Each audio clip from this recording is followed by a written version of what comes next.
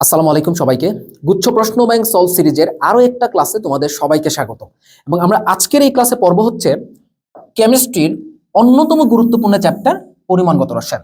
আমরা যদি কেমিস্ট্রির সবগুলো চ্যাপ্টারকে একসাথে রাখি তাহলে অর্গানিক কেমিস্ট্রির পরে আমি গুরুত্বের দিক থেকে রাখবো হচ্ছে তোমার পরিমাণগত রসায়নকে। এবং এই চ্যাপ্টারটা খুবই ইন্টারেস্টিং, ম্যাথ প্লাস থিওরি অনেক কনসেপ্ট সহ কিন্তু এই চ্যাপ্টারটা আমাদের আছে। ওকে, তাহলে আমি এই ক্লাসে তোমাদেরকে আসলে কি পড়াবো? এই ক্লাসে তোমাদেরকে আমি গুচ্ছ থেকে আসা বিগত বছরের সকল প্রশ্ন তোমাকে সলভ করাবো, পাশাপাশি আরো কয়েকটা ইম্পর্টেন্ট কোয়েশ্চেন এখানে রাখছি। টোটাল হচ্ছে এখানে 14টা প্রশ্ন আছে এবং মাত্র 14টা প্রশ্ন দিয়ে আমি তোমাকে এই পুরো চ্যাপ্টারটার একটা ওভারঅল সামারি করে দিব। এবং তুমি জাস্ট শুরু থেকে শেষ পর্যন্ত এই ক্লাসটা করবা, করার পর তুমি নিজে কোয়েশ্চেন ব্যাংক সলভ করতে বসবা, তারপর তুমি বুঝতে পারবা জাস্ট ছোট্ট একটা ক্লাস দিয়ে তোমার আসলে কতটা কভার হয়ে যাচ্ছে ইনশাল্লাহ। আমি আশা করি এই চ্যাপ্টারের 70% জাস্ট এই একটা ছোট্ট লেকচার দিয়ে তুমি কভার করতে পারবা। এবং এটা কোনো random question bank solve class না, এখানে আমি একটা কোয়েশ্চেন দিয়ে এই চ্যাপ্টারের বা এই টপিকটার পুরোটা আমি কভার করে দিব। জাস্ট তুমি একটা প্রশ্ন আগে সলভ করে দেখো, তারপরে তুমি সিদ্ধান্ত নিও বাকি ক্লাসটা করবা কিনা। ওকে, শুরু করি চলো। আচ্ছা, প্রথমে আসো যে কোশ্চেনটা, এটা হচ্ছে আমাদের জিএসটি 24-25 সেশনের প্রশ্ন। তো প্রত্যেকবারই মোটামুটি এখান থেকে প্রশ্ন আসছে। প্রশ্নটা কি, কোনটি জারক নয়? চারটা অপশন দেখো এখানে দেওয়া আছে। সো আমরা শুরুতে এই কোশ্চেনটা সলভ করব না, তার আগে এই টপিকটা মূলত কি আমাদের জারণ বিজারণ টপিক থেকে আসছে এবং এই চ্যাপ্টারের সবথেকে গুরুত্বপূর্ণ পার্ট এই জারণ বিজারণ। আমরা চলো হচ্ছে কি জারণ বিজারণটা একটু এখানে দেখে ফেলি। তো চলো আমরা যদি প্রথমে দেখি যে জারণ বিজারণ জিনিসটা কি। সো আমরা এখানে মূলত কি দেখব, শুরুতে আমরা হচ্ছে দেখবো এখানে জারণ এবং হচ্ছে কি বিজারণ, জারণ এবং বিজারণ। তাহলে জারণ বিজারণ জিনিসটা হচ্ছে কি, এগুলো হচ্ছে বিক্রিয়া। জারণ বিজারণ হচ্ছে কি এখানে বিক্রিয়া। ওকে, এর পরবর্তীতে আমরা জারক এবং বিজারকে যাব।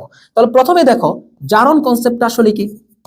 আমরা মোটামুটি এটা সবাই একটা ধারণা রাখি যে জারণ জিনিসটা আসলে কি, সবার একটা ধারণা এখানে আছে। তারপর আমি একটু তোমাদেরকে বুঝিয়ে দিচ্ছি, যারা রিভিশন দিতে চাও তাদের জন্য অনেক বেশি হেল্পফুল হবে।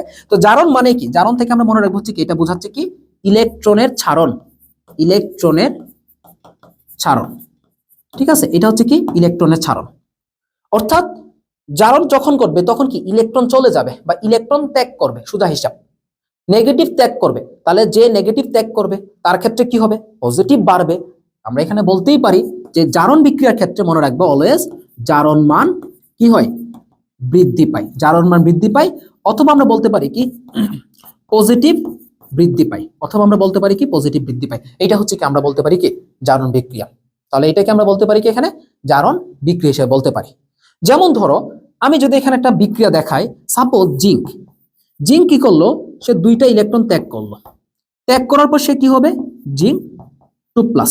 তাহলে দেখো এখানে যদি আমরা জারণ মান দিয়ে হিসাবটা করি যে জিঙ্ক এটা মুক্ত অবস্থায় জারণ মান কত, আমরা জানি মুক্ত অবস্থায় যে কোনো মৌল বা যৌগের জারণ মান কত হচ্ছে 0, মুক্ত অবস্থায় 0, অথবা যদি চার্জ থাকে তাহলে সেই চার্জের সমান। তাহলে এইটা দেখি জিঙ্ক 2+, এখানে কি আছে চার্জ আছে, তাহলে আমরা বলতে পারি কি এখানে জারণ মান হচ্ছে কত +2। তাহলে দেখো এখানে জারণ মান ছিল 0, এখানে হয়ে গেছে কি +2, অর্থাৎ জারণ মানে বৃদ্ধি পাইছে। সো আমরা বলতে পারি কি এটা একটা জারণ অর্ধ বিক্রিয়া। আমরা যখন বিক্রিয়াগুলো করি আর কি, আমি একদম সিম্পল টার্মে তোমাকে এখানে বুঝাই দিচ্ছি। এর পরবর্তীতে আসো আমরা যদি একটু বিজারণ জিনিসটাকে একটু দেখি, অর্থাৎ তোমরা বুঝে গেছো যে ভাই বিজারণ মানে কি হবে, জারণের উল্টাটা হবে। তাহলে চলো আমরা দেখি বিজারণ, একদম সিম্পলি বুঝবা, দেখবা তোমার পরীক্ষা একদম সহজ লাগতেছে জিনিসগুলো। তাহলে বিজারণ মানে কি হবে, জারণের উল্টাটা হবে। অর্থাৎ বিজারণের ক্ষেত্রে আমাদের কি করবে, এখানে তোমার ইলেকট্রন গ্রহণ করবে, অর্থাৎ কি করবে নেগেটিভটাকে গ্রহণ করবে। সো যে নেগেটিভ গ্রহণ করে তার কি হবে, তার পজিটিভটা কমে যাবে। অর্থাৎ এখানে কি হবে জারণ মান হ্রাস পাবে, জারণ মান এখানে হ্রাস পাবে। এবং এখানে কি হবে তোমার পজিটিভ চার্জ, দেখো এখানে পজিটিভ চার্জ হ্রাস পাবে এবং কি নেগেটিভ চার্জ কি হবে এখানে বৃদ্ধি পাবে। সিম্পল হিসাব। তো কেমন হইতে পারে, ধরো আমরা যদি দেখি যে এখানে কি কপার 2+, এই কপার 2+ কি করলো, দুইটা ইলেকট্রন সে গ্রহণ করলো, গ্রহণ করার পর সে কি হয়ে গেল, এখানে কপার হয়ে গেল। সো দেখো এখানে কি ছিল +2 ছিল, এখানে জারণ মান কত ছিল +2, আর এই পাশে কি হয়েছে কত 0। সো জারণ মানে কি হ্রাস পাইছে, তার মানে আমরা বলতে পারি এটা একটা বিজারণ বিক্রিয়া। ওকে, যখন আমরা একটা জারণ বিজারণ বিক্রিয়া দেখি তখন আসলে একটা ঘটে হচ্ছে জারণ অর্ধ বিক্রিয়া, আর একটা ঘটে হচ্ছে কি বিজারণ অর্ধ বিক্রিয়া, দুইটা মিলে হচ্ছে কি জারণ বিজারণ বিক্রিয়া হয়। সো আমরা এতক্ষণ কি পড়লাম, বিক্রিয়া জিনিসটা পড়লাম। বাট তোমার জারক বিজারক জিনিসটা কি, অর্থাৎ জারণ বিজারণ বিক্রিয়া যারা আসলে ঘটাচ্ছে, জারণ বিজারণ বিক্রিয়া যারা আসলে ঘটাচ্ছে তারাই হচ্ছে কি মূলত জারক এবং বিজারক। তো চলো আমরা একটু ওই টার্মটা একটু দেখে ফেলি। ফার্স্ট ইয়ার হচ্ছে কি, আমরা দেখবো হচ্ছে কি জারক, মানে বিজারকটা দিয়ে আমরা শুরু করি। বিজারক, তো বিজারক জিনিসটা কি দেখো, জারণ এবং বিজারণের ক্ষেত্রে যে নামগুলো আসে এগুলো উল্টা হচ্ছে কিন্তু তোমার বিজারকটা হয়, মানে এগুলো উল্টা কিন্তু জারক বিজারকটা হয়। অর্থাৎ বিজারক সেই হবে যে হচ্ছে কি মূলত জারণ ঘটাচ্ছে, যে হচ্ছে কি জারণ ঘটাচ্ছে, অর্থাৎ জারণ ঘটায়, সেই হচ্ছে কি মূলত বিজারক। তাহলে জারণ ঘটাচ্ছে, তার মানে কি হবে, বিজারকের ব দিয়ে আরেকটা কথা মনে রাখতে পারো, কি বৃদ্ধি পায়। কি বৃদ্ধি পাচ্ছে এখানে, জারণ মান বৃদ্ধি পাচ্ছে। সো আমরা বলতে পারি কি বিজারকের জারণ মান এখানে বৃদ্ধি করবে। ওকে, তো এই জিনিসটা আসলে তুমি তখনই বুঝতে পারবা যখন ধর একটা বিক্রিয়া দেখবা। তো বিক্রিয়ার ক্ষেত্রে না হয় তুমি এটা দিয়ে বুঝলা যে যার জারণ মান বৃদ্ধি পাচ্ছে সেই হচ্ছে কি আমার বিজারক, এটা দিয়ে বুঝলাম।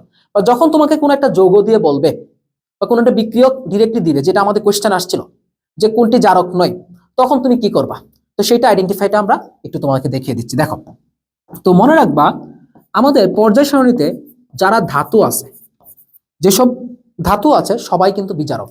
কারণ দেখো ধাতুগুলো তড়িৎ ধনাত্মকতার মান অনেক বেশি, এবং আমরা যদি উল্টা দিকে চিন্তা করি তড়িৎ ঋণাত্মকতার মান অনেক কম। অর্থাৎ ধাতুগুলো কি করে, তুমি দেখবে কোন একটা বিক্রিয়ার ক্ষেত্রে ধাতুগুলো ইলেকট্রন দান করে, কারণ এদের সর্বশেষ কক্ষপথে ইলেকট্রন সংখ্যাটা কম থাকে, একটা দুইটা এরকম থাকে। সো ওরা যখন ইলেকট্রনটা দান করে কি করে, নিষ্ক্রিয় গ্যাসের কাঠামো গঠন করে। সো ওদের জন্য দান করাটা ইজি, দ্যাটস ওয়াই এরা কি হয়, বিজারক হিসেবে থাকে। তাহলে আমরা বুঝতে পারলাম যে ধাতুগুলো হচ্ছে কি বিজারক। সোডিয়াম হইতে পারে, ম্যাগনেসিয়াম হইতে পারে, পটাশিয়াম হইতে পারে, লিথিয়াম হইতে পারে, এরা সবাই কিন্তু এখানে বিজারক। লিথিয়াম একটা শক্তিশালী বিজারক আমরা জানি, ঠিক আছে। আচ্ছা, যেমন আমরা বলতে পারি, একটু দেখাই দিই, লিথিয়াম, সোডিয়াম, পটাশিয়াম, ম্যাগনেসিয়াম, এরা সবাই হচ্ছে কি বিজারক। সেকেন্ড রাশি হচ্ছে, আমরা কিছু কিছু যৌগ উচ্চারণের ক্ষেত্রে আমরা পড়ি যে আস, যেমন কি ফেরাস, ফেরিক, আস, এই জিনিসগুলো পড়ি না। তো মনে রাখবা যারা হচ্ছে কি মূলত আস, যে সকল কি আস আছে তারাই হচ্ছে কি তোমার সাধারণত বিজারক হিসেবে কাজ করে। এখন প্রশ্ন আসতে পারে, ভাইয়া আস কোনটা ইক কোনটা, এটা আমরা কিভাবে বুঝবো?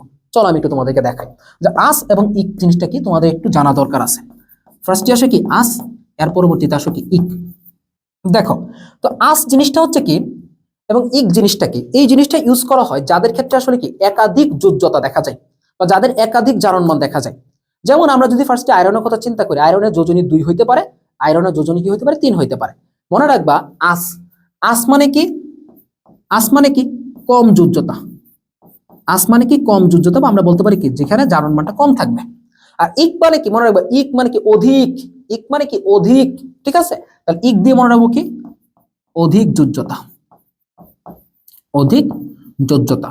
সো আমরা সিম্পলি যদি এখানে এক্সাম্পলটা দিই, যেমন ধরো আমরা বলতে পারি কি এখানে এক্সাম্পলের ক্ষেত্রে যেমন কি আয়রন 2+, এখানে +2, আর ইকের ক্ষেত্রে কি আসবে আয়রন 3+। তাহলে আমরা বলতে পারি কি এটা হচ্ছে ফেরাস, এটা হচ্ছে কি ফেরিক।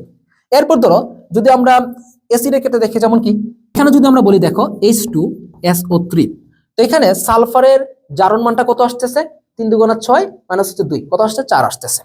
তাহলে অপর দিকে আমরা যদি বলি কি H2SO4, এখানে সালফারের জারণ মান কত আসতেছে, 6 আসতেছে। অর্থাৎ এখানে সালফারের যোজনী কাজ করে হচ্ছে কি 4, আর এইখানে কাজ করে হচ্ছে কি 6, যেহেতু একাধিক যোজ্যতা দেখা যায়। এই জন্য এটাকে বলি কি আমরা সালফিউরাস অ্যাসিড, এটাকে বলি হচ্ছে কি আমরা সালফিউরিক অ্যাসিড। ওকে, একই সাথে আমরা যদি দেখি কি কপার প্লাস, এটাকে আমরা কি বলি কিউপ্রাস। আবার যদি আমরা দেখি কি কপার 2+, এটাকে বলি কি আমরা কিউপ্রিক। অর্থাৎ বুঝতে পারছো যে আমরা যেখানে কি কম যোজ্যতা বা কম জারণ মান দেখবো সেটা হচ্ছে কি তোমার সাধারণত আস, আর যেখানে বেশি দেখবো সেটা হচ্ছে কি ইক। ওকে, তাহলে দেখো আমরা এই জিনিসটা একটু সাইড করে দিই, ঠিক আছে। এটাকে আমি একটু সাইড করে দিই, তোমাদের এটা কিন্তু অনেক কাজে লাগবে, তোমাদের এটা অনেক পরিমাণে কাজে লাগবে, বুঝছো, মাথায় রেখো ভালো করে, এটা তোমাদের অনেক পরিমাণে কাজে লাগবে, দেখো। ওকে, তাহলে আমরা যেগুলোকে আস হিসেবে পাই, যেমন আমি যদি একটু এক্সাম্পল গুলো এখানে দেখাই, তোমরা এখানে দেখো আমরা H2SO3, HNO2, নাইট্রাস অ্যাসিড, তো এই জিনিসগুলোকে আমরা বলতে পারি। পরবর্তীতে আসো একদম ইজি একটা টার্ম, দেখো একটা যৌগের মধ্যে কি থাকতে পারে, অক্সিজেন থাকতে পারে। যদি অক্সিজেন যুক্ত কোনো যৌগ তুমি পাও, যেখানে দেখবা যৌগটার মধ্যে অক্সিজেন সংখ্যা, মনে রাখবা যৌগটার মধ্যে যদি দেখো তুমি কি অক্সিজেন সংখ্যাটা তোমার সাধারণত অন্য মৌলের অপেক্ষা ছোট বা অন্য মৌল অপেক্ষা কি কম হচ্ছে, মনে রাখবো অক্সিজেন সংখ্যা যদি অন্য মৌল অপেক্ষা কম বা সমান হয়, সেক্ষেত্রে মনে রাখবো হচ্ছে কি এটা হচ্ছে তোমার একটা বিজারক হিসেবে কাজ করবে। যেমন ধরো আমি যদি এখানে আঁচটাস না বুঝতাম তাহলে কি হইতো, দেখো এখানে সালফিউরাস অ্যাসিড, এখানে দেখো অক্সিজেন কয়টা আছে, 3টা আছে। হাইড্রোজেন এবং সালফার অন্য মৌল কয়টা আছে? টোটাল 3টা আছে। তাহলে আমি কি বলছিলাম? অক্সিজেন সংখ্যা যদি অন্য মৌলের সমান অথবা কম হয় তাহলে আমরা সেটাকে কি বলি? বিজারক। সো এটা কি আমাদের বিজারক হচ্ছে। একই দেখে দেখো এটাও কিন্তু আমাদের বিজারক হচ্ছে, যদিও নাইট্রাস অ্যাসিড কিন্তু এখানে একটা জারক বিজারক উভয় হিসেবে কাজ করে, তবে বিজারক হিসেবে একটু অধিক এখানে প্রায়োরিটি পাই। ওকে, আচ্ছা, এর পরবর্তীতে আসো, যদি কোনো জায়গায় তুমি দেখলা হচ্ছে কি অক্সিজেন নাই, কি নাই? অক্সিজেন নাই, সেক্ষেত্রে তুমি কি মনে রাখবা? এখানে আরেকটা কমন টার্ম হচ্ছে, দেখবা যে একটা যৌগের ক্ষেত্রে যদি ধাতুর সংখ্যা যদি অধাতুর সমান অথবা বেশি হয়, ধাতুর সংখ্যা যদি অধাতুর সমান অথবা বেশি হয় তাহলে আমরা সেটাকে কি বলতে পারি? সেটা হচ্ছে কি বিজারক। যেমন ধরো আমরা যদি বলি এই যৌগটার ক্ষেত্রে NaBH4, তাহলে দেখো এখানে তোমার এখানে একটা আরেকটা জিনিস মনে রাখতে হবে, এখানে হচ্ছে কি কার্বন ও হাইড্রোজেনকে তোমার ধাতু ধরবা, কার্বন ও হাইড্রোজেনকে ধাতু ধরে। নরমালি কি আমরা জানি কি কার্বন এবং হাইড্রোজেন কিন্তু ধাতু নয়, তবে এই কাউন্টটা করতে গেলে তোমাকে কার্বন এবং হাইড্রোজেনকে ধাতু ধরা লাগবে। সো দেখো এখানে হাইড্রোজেন 4টা, সোডিয়াম 1টা, টোটাল ধাতু কয়টা আছে এখানে? 5টা, আর অধাতু কয়টা আছে? 1টা। তার মানে কি ধাতুর সংখ্যা বেশি, সো আমরা বলতে পারি কি এটা একটা বিজারক। তাহলে এই জিনিসগুলো যদি তুমি মনে রাখতে পারো তুমি ইজিলি বিজারক চিনতে পারবা, যে কোনো প্রশ্ন আসো তুমি ইজিলি চিনতে পারবা। তাহলে দেখো জারক কারা হবে? উল্টা জিনিসগুলো হবে। আমরা কি বলছি? পর্যায় সারণী বাম পাশে হলো কি বিজারক, তাহলে ডান পাশে যারা থাকে তাদের কি তড়িৎ ঋণাত্মকতার মান বেশি, অর্থাৎ এদের গ্রহণ করার ইচ্ছাটা বেশি, মানে কি ইলেকট্রন আসক্তি বেশি। যেমন আমরা যদি হ্যালোজেন গ্রুপটাকে চিন্তা করি, ফ্লোরিন, ক্লোরিন, ব্রোমিন, আয়োডিন, এরা কি একদম তীব্র জারক হিসেবে কাজ করে। ওকে, এরপর দেখো যাদের ক্ষেত্রে কি ইক থাকবে তারা কি বিজারক হিসেবে কাজ করবে। এরপর দেখো যাদের কি অক্সিজেন সংখ্যাগুলা অন্য মৌল অপেক্ষা বেশি থাকবে তারা কি হচ্ছে বিজারক হিসেবে কাজ করবে, এবং যাদের অধাতু সংখ্যা ধাতু অপেক্ষা বেশি থাকবে তারা কি বিজারক হিসেবে কাজ করবে।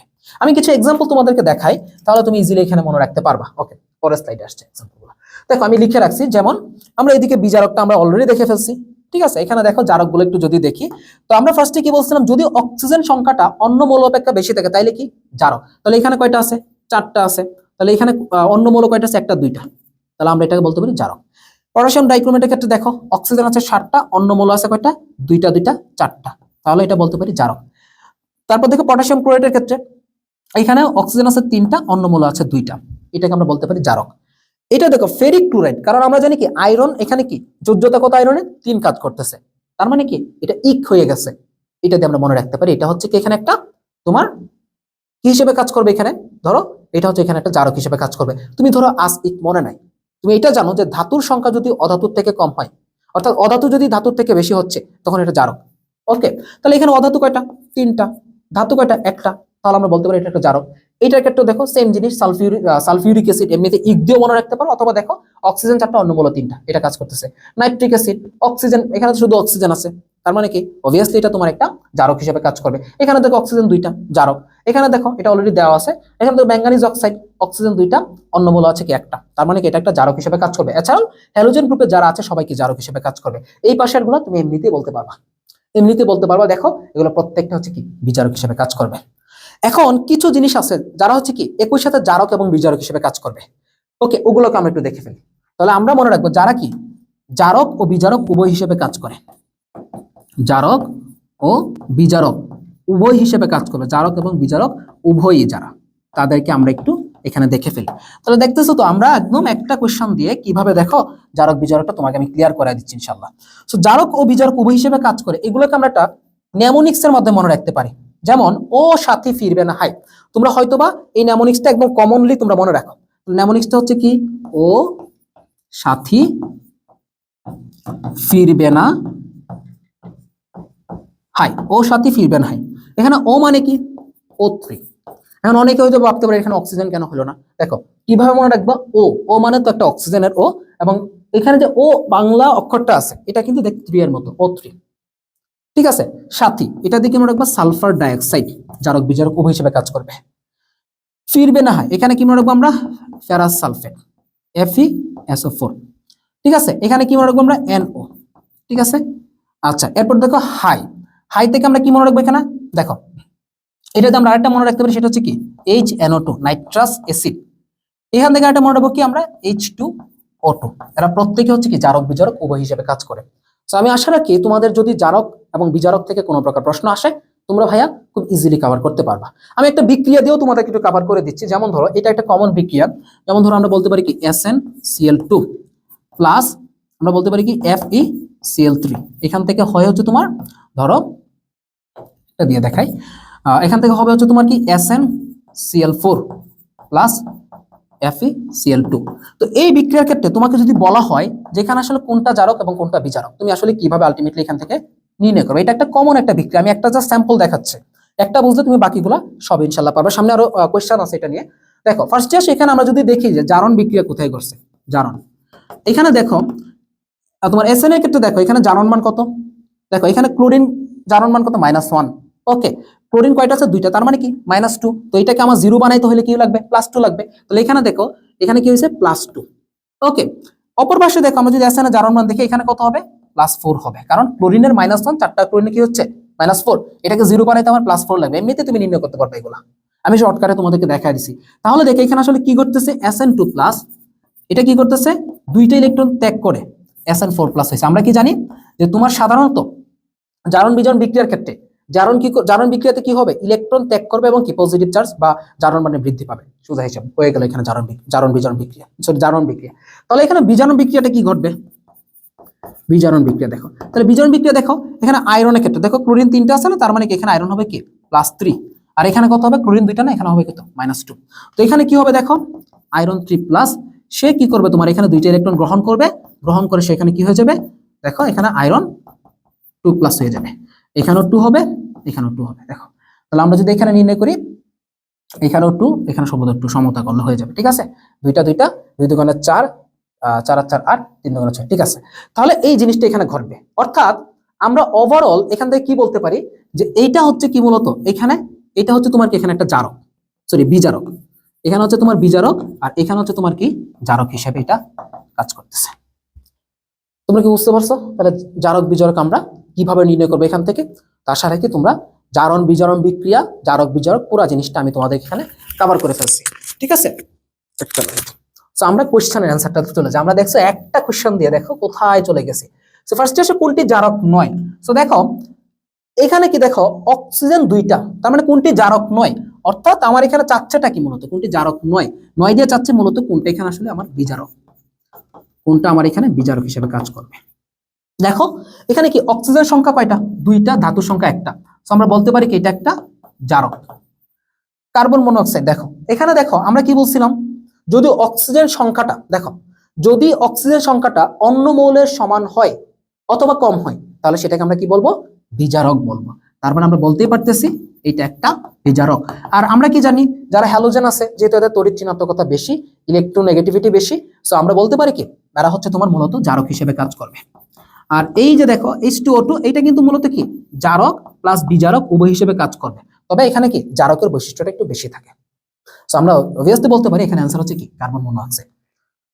একটা প্রশ্ন সলভ হইলো, তো তোমরা আমাকে কমেন্টে জানাবা যে এই প্রশ্নটা তোমরা ক্লিয়ার হয়েছে কিনা, এবং সিদ্ধান্ত নাও যে বাকি ক্লাসটা তুমি করবা কিনা ইনশাআল্লাহ। আমাদের যে গুচ্ছ প্রিমিয়াম ব্যাচ রিস্টার 3.1, যেটাতে আমরা অলরেডি প্রায় 1250 স্টুডেন্ট এনরোল করা আছে, আমরা কিন্তু ওই ব্যাচটাতে একদম বেসিক থেকে ধরে ধরে স্টুডেন্টদেরকে পড়াচ্ছি। সো তোমার যদি মনে হয় যে আমার কোনো সাবজেক্টে বেসিকে দুর্বলতা আছে, আমার প্র্যাকটিসের অভাব আছে, তুমি চাইলে ইজিলি আমাদের কোর্স এনরোল করতে পারো, এবং ওখানে তুমি ডেইলি ক্লাস করবা, পরের দিন তুমি 2টা করে এক্সাম দিতে পারবা, আমাদের অনলাইন এবং অফলাইন পরীক্ষা, অনলাইনে থেকে তুমি অফলাইনে পরীক্ষা দিবা, ঠিক আছে। বিস্তারিত জানতে আমাদের পেজে মেসেজ দিতে পারো, অথবা ওয়েবসাইটে চেক করতে পারো, হোয়াটসঅ্যাপে মেসেজ দিতে পারো, কোনো সমস্যা নেই, আমি এখানে কমেন্টে দিয়ে রাখবো। ওকে, পরের কোশ্চেন আসো, দেখো এইটাও আমাদের কি 24-25 সেশনে একটা প্রশ্ন ছিল। কি বলছে দেখো, ভালো ভালো করে মনোযোগ দাও। একই তাপমাত্রা ও চাপে কত গ্রাম হাইড্রোজেন সালফাইডের আয়তন 56 গ্রাম নাইট্রোজেনের আয়তনের সমান হবে। তাহলে দেখো যখন তোমাকে কোথাও বলবে, এটা মূলত আমরা এই চ্যাপ্টার থেকে বেটার হচ্ছে কি আমরা এটাকে পরিবেশ শোষণে ফেলতে পারি, ওখানে নিলে আমাদের জন্য বেটার হয় আর কি এটাকে। আচ্ছা দেখো একই তাপমাত্রা ও চাপে, এই কনসেপ্টটা যখন থাকবে তখন মনে রাখবা কি মোল সংখ্যা সমান হয়ে যাবে, অর্থাৎ এখানে আলটিমেটলি আসতেছে কি জানো, হাইড্রোজেন সালফাইডের মোল সংখ্যা ইকুয়াল হচ্ছে কি এখানে নাইট্রোজেনের মোল সংখ্যা। ওকে, তাহলে মোল সংখ্যা বলতে আমরা কি জানি, এখানে ভর ডিভাইডেড আয়তন, অর্থাৎ কি W divided M H2S equal হচ্ছে কি W divided M N2। So দেখো আমাদের আসলে আলটিমেটলি লাগবেটা কোনটা, এখানে আমাদের লাগবে হচ্ছে কি কত গ্রাম হাইড্রোজেন সালফাইড, অর্থাৎ কি WH2S লাগবে আমাদের। সো আমরা দেখো Wটা এখানে বের করব, আর এখানে M হাইড্রোজেন সালফাইডের বর কত, সালফারের জন্য 32, আর ওখানে হচ্ছে তোমার কি হাইড্রোজেনের 2টা, তাহলে কত আসছে আমাদের 34, এখানে আসছে আমাদের 34। ওকে, নাইট্রোজেনের জন্য দেখো এখানে কত দেওয়া আছে আমাদের 56 গ্রাম দেওয়া আছে অলরেডি, এবং এখানে নাইট্রোজেন আণবিক ভর কত 14 দুগুণে 28, 14 দুগুণে 28। ঠিক আছে, তাহলে দেখো আমরা আলটিমেটলি কত পাচ্ছি এখানে, W ইকুয়াল 56 ডিভাইডেড 28 ইন্টু হচ্ছে কত এখানে 34। তাহলে আমরা কত পাবো এখানে দেখো, 28 দুগুণে 56, 34 দুগুণে কত 68 পাবো। আমাদের অপশনে কোথায় 68, এই যে দেখছো 68 এখানে আছে। তো আশা রাখি এই কনসেপ্টটা তোমরা ক্লিয়ার, জাস্ট এখানে এই ফর্মুলাটা মনে রাখবা। তো এটা মূলত আমরা পরিবেশ রসায়নে থাকলেও এটা আমরা সেম ভাবেও করতাম। ওকে, আচ্ছা 24-25 একটা প্রশ্ন শেষ। দেখো 24-25 টোটাল 3টা প্রশ্ন আসছে, আরেকটা প্রশ্ন আসছে। দেখো কি বলছে, এখানটা বিক্রিয়া দেওয়া আছে। ঠিক আছে, এই বিক্রিয়াতে বলছে বিজারক কোনটি। তাহলে বিজারক বলতে আমরা কাকে চিনবো বলো, কোনটা বিজারক? আমরা দেখো এখানে বিজারক বলতে আমরা কাকে চিনবো, যার হচ্ছে কি অক্সিডেশন নাম্বার, মানে কি অক্সিডেশন নাম্বার যার হচ্ছে কি বৃদ্ধি পাইছে, সেটাকে আমরা বলবো কি এখানে, বা জারণ মানে বৃদ্ধি, সেখানে কি আমরা বিজারক। তো এখানে একটু খেয়াল করো এই বিক্রিয়ার ক্ষেত্রে, এখানে দেখো কপারের জারণ মান কত, সালফেট মানে কি -2, তাহলে দেখো সালফেট মানে কি এখানে -2, তাহলে কপার কত হবে এখানে +2 হবে, কত হবে +2 হবে। অপর পাশে গিয়ে দেখো কপারের জারণ মান কত এখানে, এখানে কপারের জারণ মান হয়ে যাবে কত, দেখো এখানে তোমার সরি এখানে দেখো এখানে ছিল হচ্ছে +2, আর এখানে কপারের জারণ মান হয়ে যাবে হচ্ছে কত তোমার +1 হবে। কিভাবে হবে দেখো, আয়োডিনের জন্য -2, ওই পাশে গেলে কি +2, দুইটা কপার 2 দিয়ে ভাগ করলে তোমার কত আসতেছে +1 আসতেছে। তাহলে আমরা বলতে পারি কি এখানে কপারটা হচ্ছে কি একটা তোমার জারক হিসেবে কাজ করতেছে। ওকে, এটা বাদ। এখানে দেখো পরবর্তীতে পটাশিয়াম আয়োডাইডের ক্ষেত্রে দেখো পটাশিয়ামের ক্ষেত্রে জারণ মান কত হবে, দেখো পটাশিয়ামের জারণ মান এখানে কত আমরা জানি, আয়োডিন যদি -1 হয়, পটাশিয়াম কত হচ্ছে +1, পটাশিয়াম কত হচ্ছে এখানে +1 হিসেবে কাজ করতেছে। আচ্ছা এই পাশে আসো, আয়োডিনের জারণ মান কত 0 হচ্ছে। তাহলে দেখো এখানে আয়োডিনের জারণ মান কত ছিল -1, তাহলে বিক্রিয়াকে দেখো আয়োডিন ইকুয়াল কত ছিল এখানে -1, তাহলে উৎপাদে গিয়ে আমাদের কত হচ্ছে তোমার আয়োডিনের জারণ মান কত হচ্ছে 0 হচ্ছে।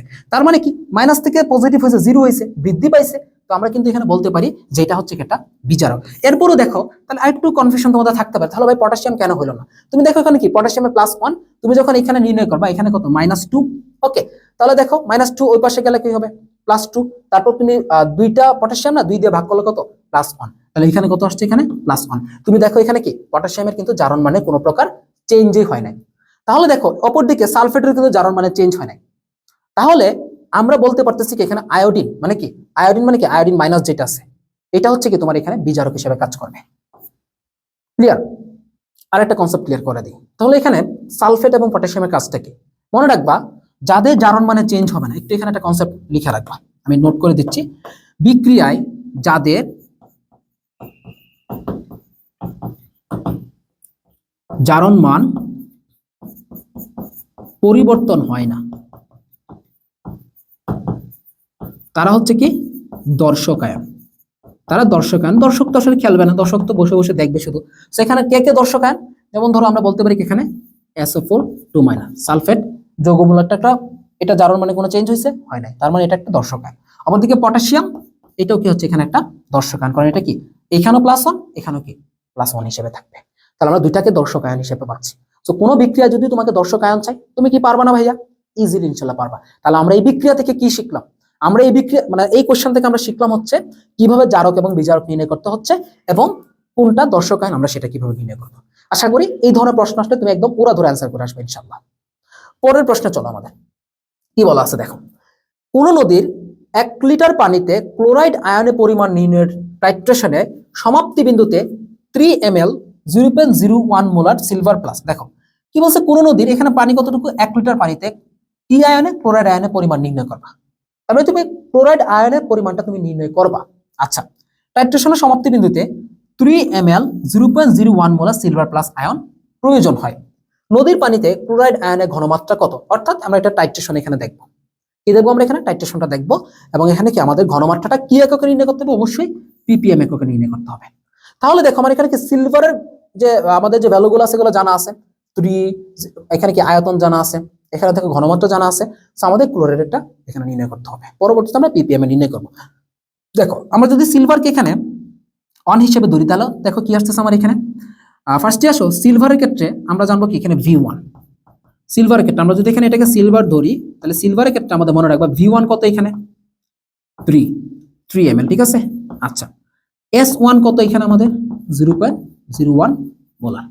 E1 এখানে ভাইয়া ই মানে কি, ই মানে হচ্ছে কি তুল্য সংখ্যা, ই মানে হচ্ছে এখানে তুল্য সংখ্যা। এখন বলতে পারো ভাই তুল্য সংখ্যা তো আমি জানি না, কিভাবে নির্ণয় করবো? চলো আমি তোমাদেরকে দেখাই দিচ্ছি। তুল্য সংখ্যা টপিক হচ্ছে কি আমাদের তুল্য সংখ্যা। তো তুল্য সংখ্যা কিভাবে নির্ণয় করবা? দেখো এখানে তুল্য সংখ্যা নির্ণয় করার কিছু জিনিস আছে। ফার্স্টে মনে রাখবা যারা অ্যাসিড আছে, তো অ্যাসিডের তুল্য সংখ্যা আসলে তুমি কিভাবে নির্ণয় করবা? অ্যাসিডের তুল্য সংখ্যা নির্ণয় করার ওয়েটা হচ্ছে অ্যাসিডে বিদ্যমান, মনে রাখবা অ্যাসিডে বিদ্যমান হাইড্রোজেন সংখ্যা ব্যতিক্রম আছে। যেমন ধরো আমি যদি বলি এখানে HCl, তুল্য সংখ্যা কত হবে? একটা হাইড্রোজেন, তার মানে তুল্য সংখ্যা 1।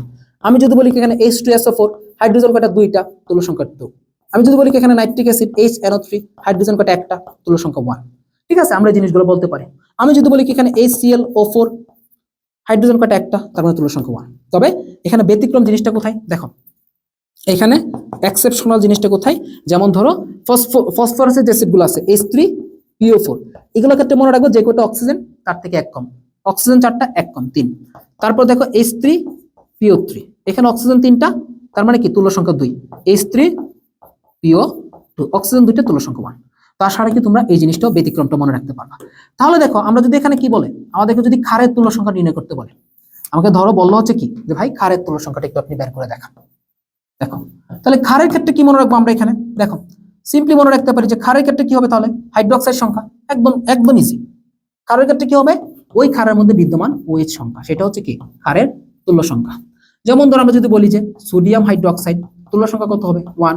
আমরা যদি বলি কি এখানে ক্যালসিয়াম হাইড্রোক্সাইড, তুল্য সংখ্যা কত হবে? 2 হবে। আমরা যদি বলি এখানে কি ম্যাগনেসিয়াম হাইড্রোক্সাইড, তুল্য সংখ্যা কত হবে? এখানে আমাদের 2 হবে।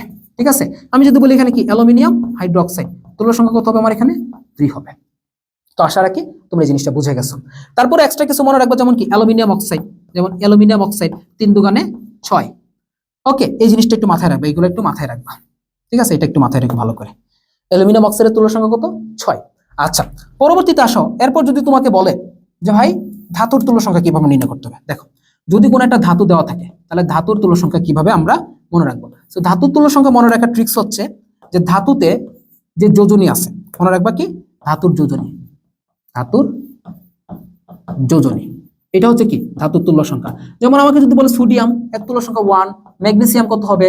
2 হবে। ঠিক আছে, তো আমরা এটা ইজিলি নির্ণয় করতে পারবো, যে কোনো ধাতুর ক্ষেত্রে তার যোজনী হচ্ছে কি তার তুল্য সংখ্যা। যদি তোমাকে বলে কি অধাতুর তুল্য সংখ্যা তুমি নির্ণয় করো, তাহলে কি করবা? ওকে, অধাতুরটা একটু ব্যতিক্রম আছে, বেশি ব্যতিক্রম না, হালকা ব্যতিক্রম। দেখো তাহলে অধাতুর তুল্য সংখ্যা নির্ণয় করার ট্রিক্স হচ্ছে তোমার অধাতুর যোজনী এবং অণুতে পরমাণু সংখ্যা। তাহলে কি মনে রাখবো আমরা? অধাতুর যোজনী, অধাতুর যোজনী ইনটু অণুতে পরমাণু সংখ্যা, এটা হচ্ছে কি অধাতুর তুল্য সংখ্যা। ভাই একটু এক্সাম্পল দেন তো দেখি। চলো একটু এক্সাম্পল দিই। যেমন যদি বলি কি আমি অক্সিজেনের তুল্য সংখ্যা কত, তাহলে অক্সিজেনের যোজনী কত? 2। এই অক্সিজেনের অণুতে পরমাণু কয়টা আছে? 2টা অক্সিজেন আছে, তার মানে কি এখানে 2 দুগুণে 4।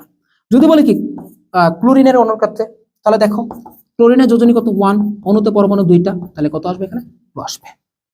ঠিক আছে, আচ্ছা এতগুলো তো বুঝলামই। এখন যদি চার্জ থাকে তাহলে কি চার্জের সমান, যদি চার্জ থাকে তাহলে কি হবে? চার্জের সমান হবে। মনে থাকবে তুল্য সংখ্যাগুলো? আশা করি তুল্য সংখ্যা তুমি জীবনে ভুলবা না। যদি একটা বিক্রিয়া দেওয়া থাকে, যেমন একটা ধরো লবণ দেওয়া থাকলো সোডিয়াম ক্লোরাইড, সেক্ষেত্রে কত হবে? মনে রাখবে যে কয়টা চার্জের আদান প্রদান করছে। ওকে, তো আমরা যদি এখন চলে আসি এখানে, দেখো আমরা এটাতে এমনিতে বলতে পারবো। তাহলে সিলভার প্লাসের ক্ষেত্রে এখানে তুল্য সংখ্যা কত হবে? 1। তুল্য সংখ্যা জিনিসটা আসলে কি কয়টি ইলেকট্রন আদান প্রদান করতেছে, এটা হচ্ছে মূলত তুল্য সংখ্যা, বা চার্জটা এটা হচ্ছে কি তুল্য সংখ্যা মূলত। ওকে, এখন আসলে আমরা যদি ক্লোরাইডের ক্ষেত্রে যাই, তাহলে ক্লোরাইডের ক্ষেত্রে দেখো আমাদের কি আসতেছে এখানে 1 লিটার পানিতে ক্লোরাইড আয়নের পরিমাণ, 1 লিটার পানিতে ক্লোরাইড আয়নের পরিমাণ নির্ণয়ের জন্য। তাহলে দেখো ক্লোরাইডের ক্ষেত্রে আমার কত হবে? তোমার এখানে V1 আছে কত? 1 লিটার আসতেছে। আচ্ছা, এরপর আসো এখানে কি আমাদের S1 কি আছে? নাই। E1 কি আছে? আচ্ছা, E1 কত হবে ক্লোরাইডের ক্ষেত্রে? দেখো এখানে একটা মাইনাস না, তার মানে কত হবে? এখানে 1 হবে। তাহলে আমাদের সরি এখানে V2 E2 এবং কি S2 আমাদের কত নির্ণয় করতে হবে। ওকে, যেহেতু আমরা এটা কি 1 লিটারে পাইলাম, তাহলে আমরা এটাকে কি করতে পারি? লিটার নিতে পারি। তাহলে 3 × 10⁻³ লিটার। এখন চলো আমরা কি করি, টাইট্রেশনটা একটু দেখি। তাহলে টাইট্রেশন জিনিসটা কি ভাই বলো তো? টাইট্রেশন জিনিসটা হচ্ছে কোনো একটা জানা দ্রবণের ঘনমাত্রার সাহায্যে তুমি অজানা দ্রবণের ঘনমাত্রা নির্ণয় করা, সেটা হচ্ছে কি টাইট্রেশন। আমরা এখানে সমীকরণটা কি জানি? V1 S1 E1 ইকুয়াল কি V2 S2 E2। আমরা বের করবো কাকে? S2 কে বের করবো। তাহলে চলো আমরা এখানে বসাই দিই। তাহলে S2 ইকুয়াল আমরা জানবো হচ্ছে কি এখানে V1 S1 E1 ডিভাইডেড হচ্ছে কি তোমার এখানে V2 এবং হচ্ছে কি E2। সো চলো ভ্যালুগুলো বসায় দিই। তাহলে V1 কত এখানে, V1 কত আসছে আমাদের, আচ্ছা S2 নির্ণয় করবো না, ওকে ঠিক আছে, কত আসছে 3 ইন্টু tan ইনভার্স 3। S1 কত আসছে আমার এখানে 0.01, এটাকে আমরা কি লিখতে পারি 1 into tan inverse 2, 1 into tan inverse 2 লিখতে পারি। তারপর E1 কত আসছে আমার এখানে ইন্টু 1 আসছে, তাহলে V2 কত আমার এখানে 1 আসছে, ইন্টু E2 কত আমার এখানে 1 আসছে, তাহলে আমার এখানে ঘনমাত্রা কত আসতেছে 3 ইন্টু আমার কত আসছে tan ইনভার্স 5। এটা হচ্ছে কি আমরা পাইলাম কিসে, মোলারিটিতে পাইলাম। এই ঘনমাত্রাটাকে আমরা কিসে পাইলাম, আমরা এটাকে মোলারিটিতে পাইলাম, এত মোলার বলতে পারি। ওকে, এখন আমাদেরকে কিন্তু এটা চাই না, আমাদেরকে এটা চাইছে, এটা চাই না, আমাদের কাছে চাওয়া হয়েছে কি এক্স্যাক্টলি দেখো, আমাদের কাছে চাওয়া হয়েছে হচ্ছে এক্স্যাক্টলি যে এটা তোমার পিপিএম এককে নির্ণয় করো। কিসে নির্ণয় করো, পিপিএম এককে নির্ণয় করো। তাহলে আমি একটু আরেকটা পেজ তোমাদের জন্য নিচ্ছি। তাহলে আমরা এখানে ঘনমাত্রা পেলাম 3 ইন্টু tan ইনভার্স 5। তো আমি যদি এটাকে পিপিএম এককে নির্ণয় করি, আমরা মনে রাখবো পিপিএম মানে কি বলতো দেখি, পিপিএম পার্টস পার মিলিয়ন, অর্থাৎ পিপিএম মানে হচ্ছে তোমার কি, সূত্রটা মনে রাখবা, মোলারিটি ইন্টু আণবিক ভর ইন্টু 10 টু দি পাওয়ার 3। তাহলে আমরা আগের পেজে মোলারিটি কত পাইলাম 3 into tan inverse 5, tan inverse 5। তোমার কার বসে, ক্লোরাইডের ক্ষেত্রে বসে, ক্লোরিনের আণবিক ভর কত 35.5। এটা হচ্ছে কি ক্লোরিনের আণবিক ভর। আচ্ছা, তারপর আসে এখানে কি তোমার ই কত আছে 10 টু দি পাওয়ার 3। ওকে, এখন আসো ফাইনালি যদি আমরা এখানে নির্ণয় করি, দেখো এখানে কত আসবে তাহলে 35 এর সাথে তুমি একটু 3 গুণ করো, দেখো বা 35.5 এর সাথে 3 গুণ করো, তাহলে 3 গুণ করলে কত 3 5 15, হাতে আছে 1, 3 5 15 1 16, হাতে আছে 1 3 3 9, আর কত 10, এই যে 106.5। তাহলে আমরা কত পাচ্ছি এখানে 106.5 ইনটু হচ্ছে তোমার কত tan ইনভার্স 2। তো এটাকে আমরা যে আলটিমেটলি tan ইনভার্স 2, তাই না, এটাকে আমরা যদি সংখ্যায় নিয়ে আসি তাহলে দেখো কি আসবে, আমাদের কি আসতেছে দেখো 106 ইনটু tan ইনভার্স 2। তাহলে আমাদের কিন্তু এখানে ই দেওয়া নেই, কোনো পাওয়ার টাওয়ার দেওয়া নেই। সো -2 মানে কি, দশমিকটা 2 ঘর বামে আসবে, 1 ঘর 2 ঘর, 1.065 এত পিপিএম আসতেছে। তাহলে আমাদের কি আসছে এত পিপিএম। ওকে, সো চলো আমরা একটু দেখে ফেলি এখানে কত আসছে, আচ্ছা 1.065 পিপিএম। তো আমরা দেখো এখান থেকে এক্স্যাক্টলি কয়টা জিনিস কভার করছি। প্রথমত আমরা কিভাবে টাইট্রেশনে ম্যাথগুলো করতে হবে সেটা আমরা দেখলাম। তুল্য সংখ্যা জিনিসটা আমরা এখানে কভার করে ফেলছি। তো আমি যে তুল্য সংখ্যা কনসেপ্টটা তোমাকে দিলাম, তুমি জীবনে আর কোনো তুল্য সংখ্যা ভুল করবে না।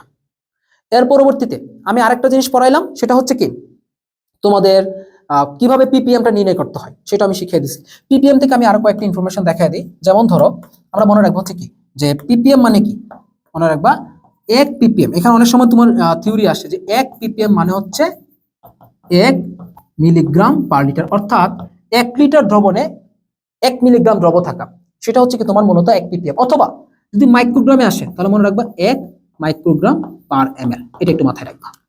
আর যদি কখনো পিপিবি আসে, পিপিবি মানে কি পার্টস পার বিলিয়ন, ওটা মনে রাখবা কি ম্যাথ করার সূত্রটা কি পিপিএম ইনটু 10 টু দি পাওয়ার 3, এটাই মানে জাস্ট পিপিএম এর থেকে তুমি 1000 গুণ দিবা। তাহলে মনে রাখবো 1 পিপিবি হচ্ছে তোমার গিয়ে 1 মাইক্রোগ্রাম পার লিটার। ঠিক আছে, তো আশা করি তোমরা এগুলো বুঝছো, এই সূত্রগুলো মনে রাখবা।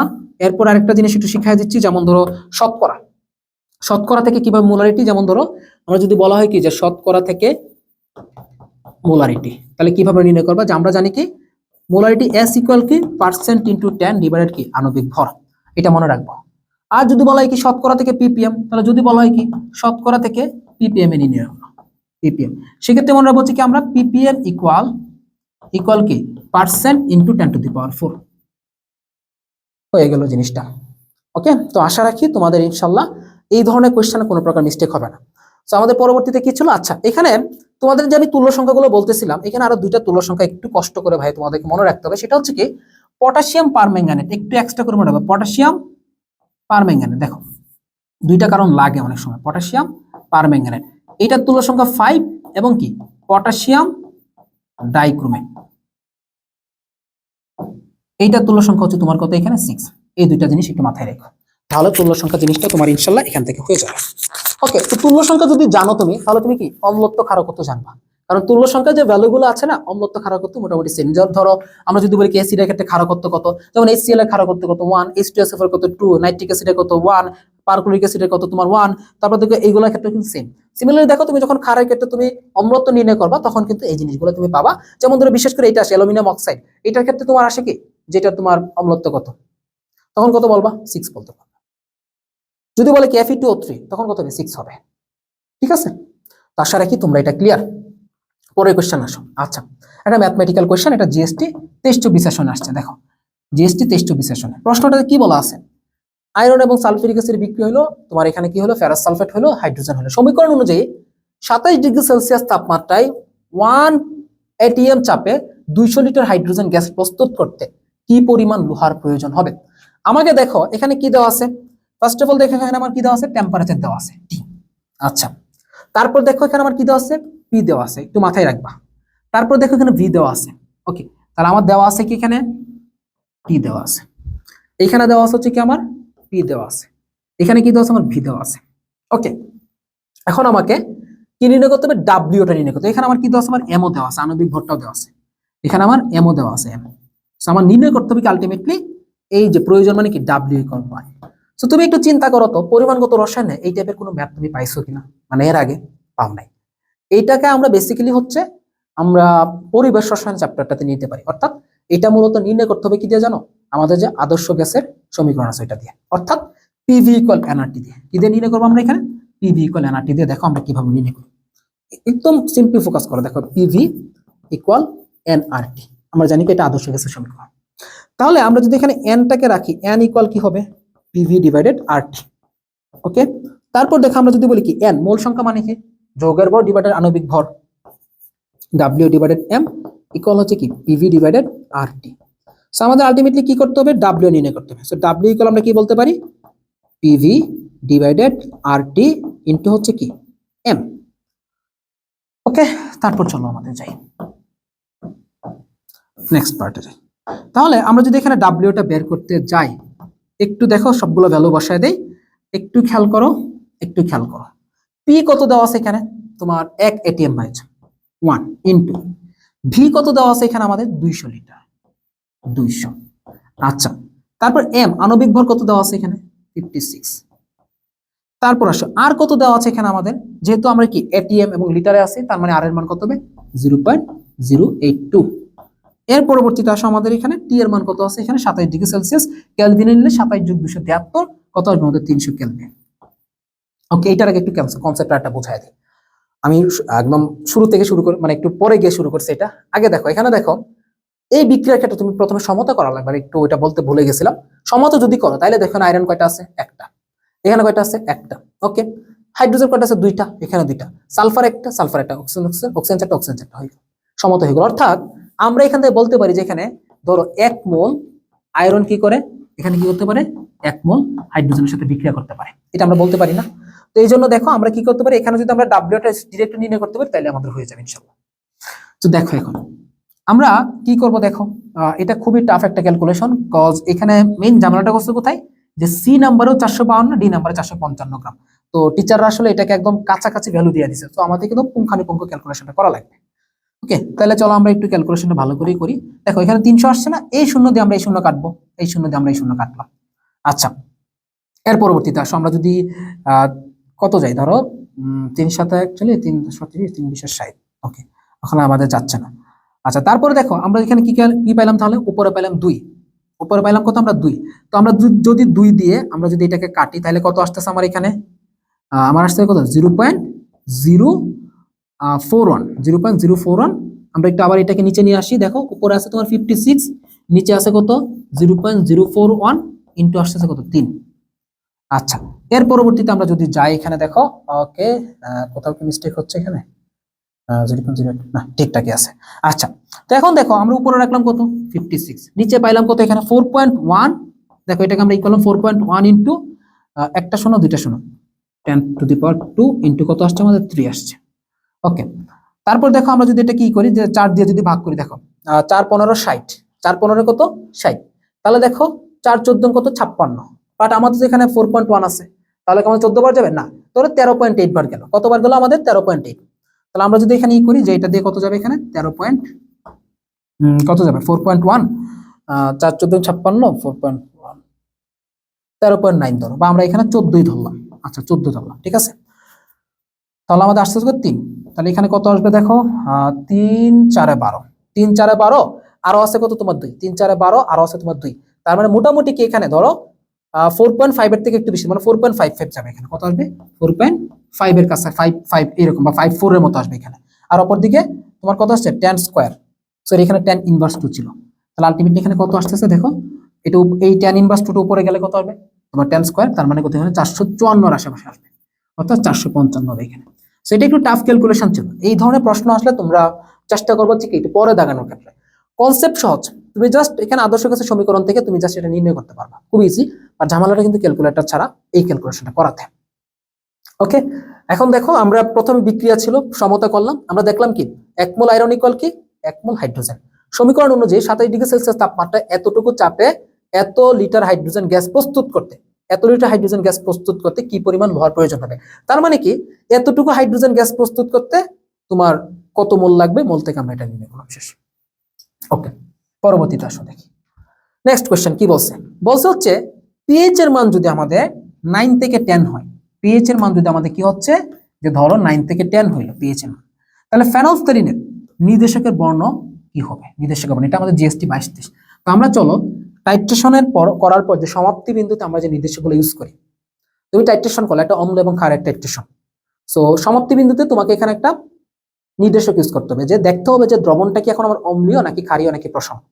ওকে, সো সেটার জন্য আমরা কিছু দেখো পিএইচ এর ভ্যালু আমার এখানে দেওয়া আছে, বা আমি এখানে করে ফেলি, দেখো একটু ভালো করে খেয়াল করো।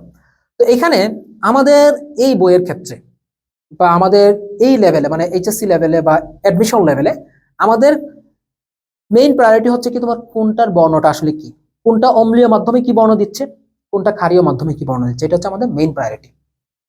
সেকেন্ড প্রায়োরিটি হচ্ছে কি আমাদের কয়েকটার ক্ষেত্রে আমাদের হচ্ছে কি এগুলার পিএইচ এর যে রেঞ্জ সেটা আমাদের জানা লাগবে। কি জানা লাগবে, আমাদের পিএইচ এর রেঞ্জটা জানা লাগবে। তো সেটা মনে রাখার জন্য একটা সিকোয়েন্স তোমাদেরকে আমি দিব। তো সিকোয়েন্সটা হচ্ছে কি, তোমরা একটা ছন্দ মনে রাখবা, যে মিথাইল ব্রো লিফেন কিফেন। একজনকে বলো যে মিথাইল ব্রো, ধরো মিথাইলকে জিজ্ঞেস করতেছো মিথাইল ব্রো লিফেন কিফেন, কমেন্টে সবাই লিখে ফেলো মিথাইল ব্রো লিফেন কিফেন, মিথাইল ব্রো লিফেন কিফেন। এটা হচ্ছে সিকোয়েন্স। তাহলে দেখো মিথাইল দিয়ে আমরা কি মনে রাখবো, মিথাইল অরেঞ্জ এবং কি মিথাইল রেড, দুইটা এখানে মিথাইল অরেঞ্জ এবং কি মিথাইল রেড। ব্রো, ব্রো মানে কি ব্রোমো থাইমল ব্রো।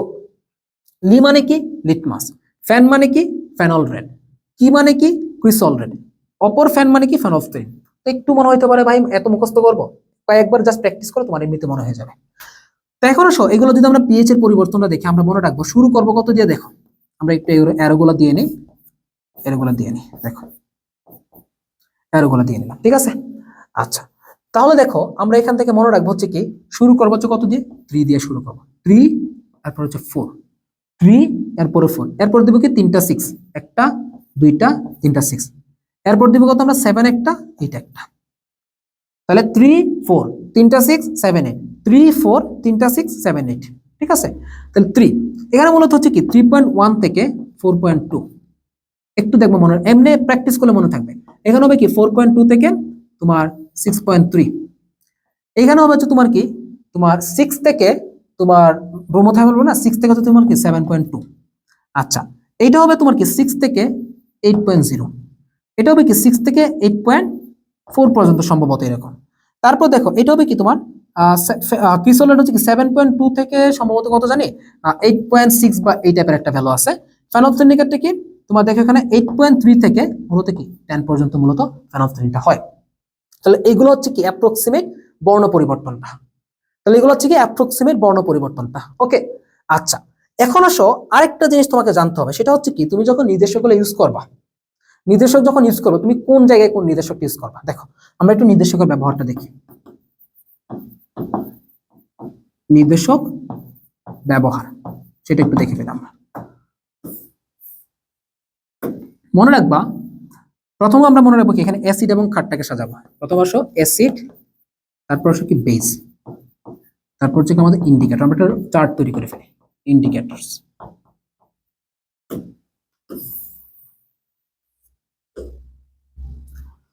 দেখো যদি এরকম হয় যে অ্যাসিডটা হচ্ছে কি তোমার এখানে তীব্র, অ্যাসিডটা তীব্র, ক্ষারটা হচ্ছে কি মৃদু, এসিড তীব্র, ক্ষারটা হচ্ছে কি মৃদু। সেক্ষেত্রে তোমার নির্দেশক ইউজ হবে কোনটা? মিথাইল যারা আছে, methyl orange, methyl red, methyl জাতীয় যারা আছে তারা ইউজ হবে। যদি দেখো যে অ্যাসিডটা হচ্ছে কি তোমার মৃদু, কারটা হচ্ছে তোমার কি এখানে তীব্র, সেই ক্ষেত্রে খুবই ইম্পর্টেন্ট ফেনলফথেলিন। কাকে ইউজ করবা তোমরা? ফেনলফথেলিনকে ইউজ করবা। আচ্ছা, যদি দেখো যে অ্যাসিডটাও তীব্র, কারটা হচ্ছে কি তীব্র, সেক্ষেত্রে কাকে ইউজ করবা? তুমি সকল নির্দেশক ইউজ করবা। যদি দেখো যে অ্যাসিডটাও মৃদু, কারটা হচ্ছে কি এখানে মৃদু, সেক্ষেত্রে পুরো নির্দেশক ইউজ হবে না। আমি কি বুঝাতে পারছি? তাহলে আশা রাখি তোমরা এটা দিয়ে কি মনে রাখতে পারবা যে কোথায় কোন নির্দেশকটা তোমাকে ইউজ করতে হবে। আচ্ছা, এখন আসো আমরা দেখবো যে কি নির্দেশকগুলোর বর্ণ পরিবর্তন। চলো, নেক্সট টাইপ হচ্ছে আমাদের এখান থেকে, বা নেক্সট টপিক হচ্ছে আমাদের নির্দেশকের বর্ণ পরিবর্তন। বর্ণ পরিবর্তন। সো একটু খেয়াল করো নির্দেশকের বর্ণ পরিবর্তনটা আমরা কিভাবে মনে রাখতে পারি। একদম কিছু ছন্দ দিয়ে মনে রাখতে পারি। তো কয়েকটা ছন্দ দেখো। ফার্স্টে হচ্ছে কি মিলাহ, কি দিয়ে মনে রাখবো আমরা? যারা আমার আগে ভিডিও দেখছো তারা জানো বা ক্লাস করছো, আমি এই ছন্দগুলোই দিই মূলত। মিলাহ, তাহলে মিলাহক দিয়ে আসলে কি বোঝাচ্ছে এখানে? দেখো, মিলাহক দিয়ে আমরা বোঝাচ্ছি হচ্ছে এখানে তোমার মিতে হচ্ছে তোমার কি মিথাইল জাতীয় যারা আছে, মিতে হচ্ছে কি মনে রাখবো আমরা? মিথাইল জাতীয় যারা আছে সবাই হচ্ছে কি এখানে মনে রাখবা যে অ্যাসিডের ক্ষেত্রে কি দেবে? ক্ষার বর্ণ। তাহলে দেখো এটা কি অ্যাসিড, শুরুতে অ্যাসিড থাকবে, পরেরটা হচ্ছে কি বেস থাকবে। তাহলে মিথাইল জাতীয় যারা আছে এরা সবাই হচ্ছে কি অ্যাসিডে লাল বর্ণ দিবে, এবং কি ক্ষারে দিবে হচ্ছে কি হলুদ বর্ণ। ঠিক আছে, এরপর মনে রাখবো হচ্ছে বউ হলো নীল। কি মনে রাখবো আমরা? বউ হলো নীল, এটা দিয়ে মনে রাখতে পারি যে বউ হলো নীল অথবা বউ হলো নীলা। তাহলে বউ মানে কি? এই ব থেকে হচ্ছে তোমার কি যত জায়গায় তুমি ব্রোমো পাবা, যত জায়গায় হচ্ছে তুমি ব্রোমো পাবা, এরা সবাই হচ্ছে কি অ্যাসিডেও দিবে হচ্ছে তোমার কি জানো? এরা সবাই অ্যাসিডে দিবে হচ্ছে হলুদ বর্ণ, এবং এরা সবাই হচ্ছে কি ক্ষারের মধ্যে দিবে হচ্ছে তোমার নীল বর্ণ। শেষ। আচ্ছা, এরপর সব ক্রিস্টাল এবং ফেনল গুলা যায়। তো এটা মনে রাখবা যে ক্রিস, তোমরা ক্রিস মুভি দেখছো, মানে ক্রিসকে দেখছো, ঋত্বিক রোশন। তাহলে মনে রাখবা ক্রিসের ফ্যান, ক্রিসের ফ্যান হলো লাল, ক্রিসের ফ্যান হলো লাল। ধরো ক্রিস কি করলো? ক্রিস তো অনেক মারামারি করে, ফাইট করে। তো একটা ভিলেনের সাথে ধরো ফাইট করতেছে ক্রিসের একটা বাসার মধ্যে, নিজের বাসার মধ্যে। তো ভিলেনকে ধরো মারলো একটা ঘুষি, মারার পর দেখো ভিলেন কি ক্রিসের বাসার যে ফ্যান ছিল, ফ্যানের মধ্যে ধরো হঠাৎ করে আটকে গেছে। আটকে গিয়ে কি হলো? তার শরীর টরীর কেটে তোমার ফ্যানটা লাল হয়ে গেছে। তাহলে মনে রাখবো কি ক্রিসের ফ্যান হলো লাল। তাহলে মনে রাখবা তোমরা যেখানে তোমরা কি পাবা? ক্রিসল পাবা, যেখানে তোমরা কি পাবা? ফেনল পাবা। এরা সবাই হচ্ছে কি মনে রাখবা, এরা অ্যাসিডে দিবে হচ্ছে কি হলুদ বর্ণ, এবং ক্ষারে দিবে হচ্ছে তোমার কি লাল বর্ণ, লাল বর্ণ দিবে। ঠিক আছে। আচ্ছা, একটা বিশেষ একটু মনে রাখবো, সেটা হচ্ছে কি ফেনলফথেলিনের ক্ষেত্রে। আমরা একটু দেখি ফেনলফথেলিন, এটা একটু আলাদা করে মনে রাখবো। ফেনলফথেলিন, তো ফেনলফথেলিন মনে রাখবা, এই ফেনলফথেলিন অ্যাসিডের ক্ষেত্রে কি দিবে জানো? অ্যাসিডের ক্ষেত্রে কোনো বর্ণ দিবে না। আর ক্ষারের ক্ষেত্রে ফেনলফথেলিনের বর্ণ হচ্ছে তোমার কি জানো? গোলাপি। কি বর্ণ? গোলাপি বা লালচে বেগুনি, এই টাইপের বর্ণগুলো মূলত দিয়ে থাকে। সো নির্দেশক নিয়ে তোমাদের যত ধরনের প্রশ্ন ছিল বা যত ধরনের প্রশ্ন আসতে পারে সবই আশা করি ক্লিয়ার। তাহলে দেখো এখানে ফেনলফথেলিনকে আমরা জানি কি 8.3 থেকে কি 10 পর্যন্ত মূলত বর্ণ পরিবর্তনটা হয়। তাহলে 9 থেকে 10, তার মানে কি একটু ক্ষারের দিকে বেশি গেছে। তাহলে দেখো ফেনলফথেলিন নির্দেশক কোন বর্ণ ধারণ করতেছে? কি হবে দেখো? গোলাপি বর্ণ। কি দিবে? গোলাপি বর্ণ দিবে। ওকে, সো জিএসটি 22-23 কোশ্চেন। সো আশা করি নির্দেশক নিয়ে তোমাদের ইনশাআল্লাহ কোনো প্রকার মিস্টেক হবে না ইনশাআল্লাহ। পরের প্রশ্নটা দেখো, এটা হচ্ছে আমাদের জিএসটি 20-21 সেশনের প্রশ্ন। দেখো একটু খেয়াল করো, সহজ কোশ্চেন একটা। ম্যাঙ্গানিজ অক্সাইডের উপস্থিতিতে পটাশিয়াম ক্লোরাইডকে উত্তপ্ত করলে অক্সিজেন উৎপন্ন হয়। হ্যাঁ, আমরা জানি উৎপাদিত অক্সিজেনের পরিমাণ 96 গ্রাম হলে এই বিক্রিয়ায় উৎপাদিত পটাশিয়াম ক্লোরাইডের পরিমাণ কত? খুবই সিম্পল একটা কোশ্চেন। সলিউশন আমরা চলে যাই। তাহলে ফার্স্ট অফ অল দেখো, আমরা যখন এখানে কি করি, পটাশিয়াম ক্লোরাইডকে উত্তপ্ত করি, যেমন ধরো KClO3, এটাকে যদি আমরা কি করি? উত্তপ্ত করি, তাহলে কি পাবো আমরা? পটাশিয়াম ক্লোরাইড প্লাস হচ্ছে কি অক্সিজেন। সমতা করার পর দেখো, আমরা যদি এখানে 2 দেই, এখানে 2 দেই, এখানে 3 দিলে সমতা শেষ। তাহলে দেখো আমাদের কি বলছে? পটাশিয়াম ক্লোরাইডকে উত্তপ্ত করলে অক্সিজেন উৎপন্ন হয়। ওকে, এই যে অক্সিজেন উৎপন্ন হলো, উৎপাদিত অক্সিজেন পরিমাণ 96 গ্রাম হলে এই বিক্রিয়ায় উৎপাদিত পটাশিয়াম ক্লোরাইড কি? তাহলে আমাকে আসলে অক্সিজেনের পরিমাণ দিয়ে আমাকে পটাশিয়াম ক্লোরাইডের পরিমাণটা নির্ণয় করতে হবে, তাই না? সো আমরা এই টাইপের ক্ষেত্রে ফার্স্টে আমরা দেখব কি প্রাইমারি অবস্থায় কি করতেছে। আমি এখনো মানে আমার যে আসলে কতটুকু দিতে হবে সেটা আমি জানি না, বাট একদম স্ট্যান্ডার্ড বা প্রাইমারি লেভেল আসলে কি করে স্ট্যান্ডার্ড লেভেলে বলতে কি আমরা জাস্ট এগুলো ভরগুলো হিসাব করব, যদি কখনো আয়তন দিয়ে দিত আয়তন দিয়ে হিসাব করতাম, হিসাব করে একটা প্রাইমারি লেভেল দেখতাম, বা আমরা একদম স্ট্যান্ডার্ড লেভেলটা দেখতাম। কি দেখতাম আমরা? একদম স্ট্যান্ডার্ড লেভেলটা। এর পরবর্তীতে আমরা এখানে কোশ্চেনের দিকে যাবো, আমরা কোশ্চেন এখন তাকাবো না, আগে আমি স্ট্যান্ডার্ড লেভেলে দেখবো। তো স্ট্যান্ডার্ড লেভেলে দেখো এখানে অক্সিজেন কতটুকু আছে, অক্সিজেনের একটা ভর কত 32, 3 32 কত 96 গ্রাম। ওকে, তাহলে এখানে আমার 96 গ্রাম এখানে আছে। পটাশিয়াম ক্লোরাইড কতটুকু আছে এখানে দেখো, বলা আছে কি পটাশিয়াম ক্লোরাইডের ভর হচ্ছে কত এখানে 74.6। তাহলে 74.6 কে যদি আমি 2 দিয়ে গুণ করি তাহলে কত আসতেছে আমার এখানে 149.2। তাহলে আমার এখানে কতটুকু আসতেছে দেখো 149.2। তো এটা হচ্ছে কি আমাদের একদম স্ট্যান্ডার্ড লেভেলে 96 গ্রাম অক্সিজেন দিয়ে তুমি কি করতে পারবা, যখন 96 গ্রাম অক্সিজেন তোমার উৎপন্ন হচ্ছে তখন কি 149.2 গ্রাম পটাশিয়াম ক্লোরাইড উৎপন্ন হচ্ছে। এখন আমি কোশ্চেনের দিকে তাকাবো, তাহলে কোশ্চেনও কি বলছে দেখো কি মজা, হ্যাঁ কোশ্চেনও বলছে কি 96 গ্রাম অক্সিজেন উৎপন্ন হচ্ছে, 96 গ্রাম অক্সিজেন। তাহলে কোশ্চেনও 96 গ্রাম, স্ট্যান্ডার্ড লেভেলে 96 গ্রামই হচ্ছে। তাহলে আমরা বলতে পারি কি 149.2। এখন যদি এখানে বলতো যে কোশ্চেনটা এরকম যে তোমার ধরো 32 গ্রাম অক্সিজেন উৎপন্ন হয়েছে, তাহলে পটাশিয়াম ক্লোরাইড কতটুকু হবে, তখন কি করতা এখানে 96 গ্রাম এখানে 149.2, এরপর ওই নিয়মে করতা যে 96 গ্রাম থেকে 96 গ্রাম যখন উৎপন্ন হয় তখন পটাশিয়াম ক্লোরাইড হচ্ছে 149.2। তাহলে 32 হলে কি করবো 96 ডিভাইডেড 149.2 এবং গুণ দিব হচ্ছে কি আমরা দেখো 32 দিয়ে গুণ করবো, তাহলে তো হয়ে গেল। আচ্ছা, অনেক সময় কি এখানে আয়তন দিয়ে দিতে পারে, আয়তন দিয়ে দিতে পারে। আমরা জানি কি 1 মোলের আয়তন 22.4 লিটার, বলতে পারে যে যদি এখানে 22.4 লিটার হয় তাহলে এখানে কতটুকু হবে। আর আমরা জানি কি এখানে দেখো 3 মোল, তাহলে 3 এর সাথে 22.4 দিয়ে গুণ করবা, এরপরে তুমি বাকিটা এখান থেকে বের করে ফেলবা। কত সহজ না জিনিসগুলো। সো এই ধরনের ক্যালকুলেশন যখন দিবে যে তোমার পরিমাণ নির্ণয় করতে বা সমীকরণিক হিসাব নিকাশ, এগুলো হচ্ছে কি সমীকরণিক হিসাব নিকাশ, তুমি জাস্ট ঐকিক নিয়ম ফলো করবা তোমার হয়ে যাবে। এখানে কোনো প্রকার ধরো স্ট্রাকচারে যাওয়ার দরকার না, আমার মনে হয় না স্ট্রাকচার লাগবে, জাস্ট ঐকিক নিয়ম ফলো করবা, একদম বাচ্চাকালীন নিয়ম, তাতেই হয়ে যাবে ইনশাল্লাহ। এটা আমার সেশনে আসছিল 20-21 সেশনে, ও সরি 21-22 একটা কোশ্চেন ছিল এখানে, মানে এই হয়ে গেছে, মানে ধরো এখানে স্প্লিট হয়ে গেছে আর কি। দেখো এটা হচ্ছে কি 21-22 সেশনের প্রশ্ন, কি বলছে 1.008 গ্রাম হাইড্রোজেনের অণুর সংখ্যা কত। আচ্ছা, তো এই টাইপের প্রশ্নগুলোর ক্ষেত্রে তুমি আসলে একটা জিনিস ইউজ করতে পারো, আমি র্যান্ডমলি একটা জাস্ট মোল সংখ্যা টাইপটা তোমাকে পড়াবো, তোমরা পুরো মোল সংখ্যা টাইপটা জাস্ট আমার হচ্ছে কি এই কোশ্চেনের সাপেক্ষে তুমি শিখতে পারবা। একটা ডায়াগ্রাম তোমাকে শেখাবো, ধরো মাঝে হচ্ছে তুমি মোলটা রাখলা, 3 রাস্তার একটা মোড় ধরো, কি মনে রাখলাম আমরা, যে ধরে নিলাম যে আমি একটা 3 রাস্তার মোড়ের মধ্যে দাঁড়িয়ে আছি। কোথায়? 3 রাস্তার একটা মোড়ের মধ্যে দাঁড়িয়ে আছি, মোড়। আচ্ছা, তো এখন আমাকে বলা হইলো কি যে ভাই তুমি হচ্ছে কি মোল থেকে অনুসংখ্যায় যাবা। আমাকে কি বললো যে প্রথমে ধরো যে ধরো মোল থেকে আমি ধরো ভর নির্ণয় করলাম, এটা হচ্ছে কি মোল থেকে ভর, ঠিক আছে। আবার ধরো এখানে ভর থেকে মোল, মনে রাখো একটু ভালো করে দেখো। আচ্ছা, এখানে লিখলাম কাকে আমরা ভরকে লিখলাম, ঠিক আছে। ওকে, এই যে তাহলে মনে রাখবা যদি তোমাকে মোল সংখ্যা দেওয়া থাকে, তোমাকে যদি বলে কি এত মোলের ভর কত, তখন তুমি কি করবা এটাকে জাস্ট আণবিক ভর দিয়ে গুণ করবা। তাহলে মোল সংখ্যা থেকে ভর সংখ্যা গেলে আমরা কি করব জাস্ট আণবিক ভর দিয়ে গুণ করব।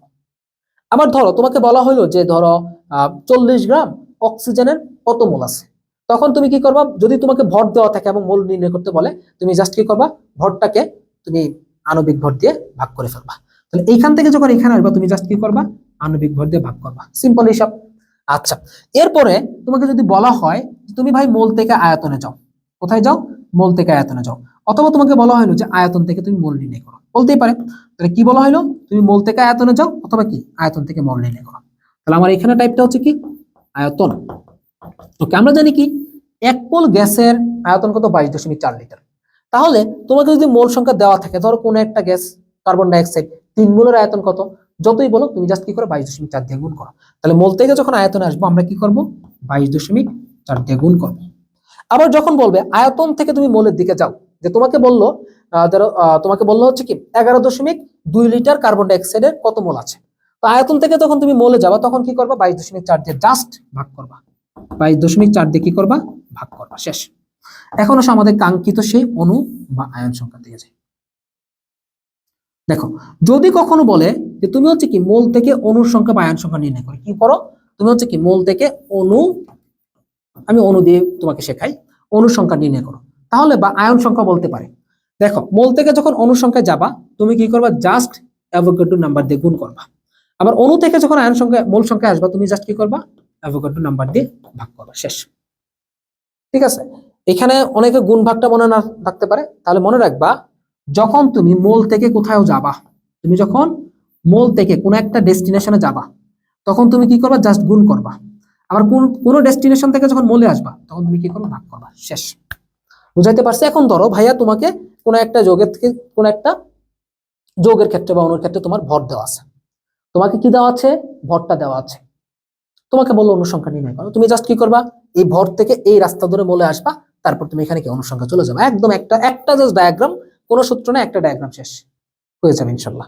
তাহলে চলো আমরা আগের কোশ্চেনটা দেখি। তো আমাকে কি দেওয়া আছে এখানে, 1.008 গ্রাম হাইড্রোজেন দেওয়া আছে, আমাকে বলছে অনুসংখ্যা নির্ণয় করো, তাহলে আমাকে কি আগে মোলে যেতে হবে, তাহলে আমি কি করবো, আণবিক ভর দিয়ে ভাগ করবো, হাইড্রোজেন আণবিক ভর কত, ধরো এখানে আমরা দিতে পারি কি, এখানে ধরো 2 দিলাম। আচ্ছা, তারপর বললো হচ্ছে কি, তোমার এখানে অনুসংখ্যা নির্ণয় করবো, কি নির্ণয় করবো আমরা, অনুসংখ্যা নির্ণয় করবো। দেখো তাহলে অনুসংখ্যা বলতে আমাদের কত আসবে, এখানে দেখো অ্যাভোগাড্রো নাম্বার দিয়ে গুণ করবো, 6.02 ইন্টু 10⁻23।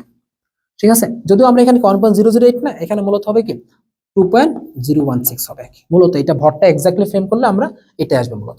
তাহলে দেখো আমরা যদি নির্ণয় করি, এখানে আসবে আমাদের কত, 1/2 ইন্টু কত, 6.02 ইন্টু 10⁻23, এবং আলটিমেটলি আমাদের এখানে আসবে কত, 3.01 ইন্টু 10⁻23, অর্ধেক যেহেতু 3.01 ইন্টু 10⁻23, শেষ।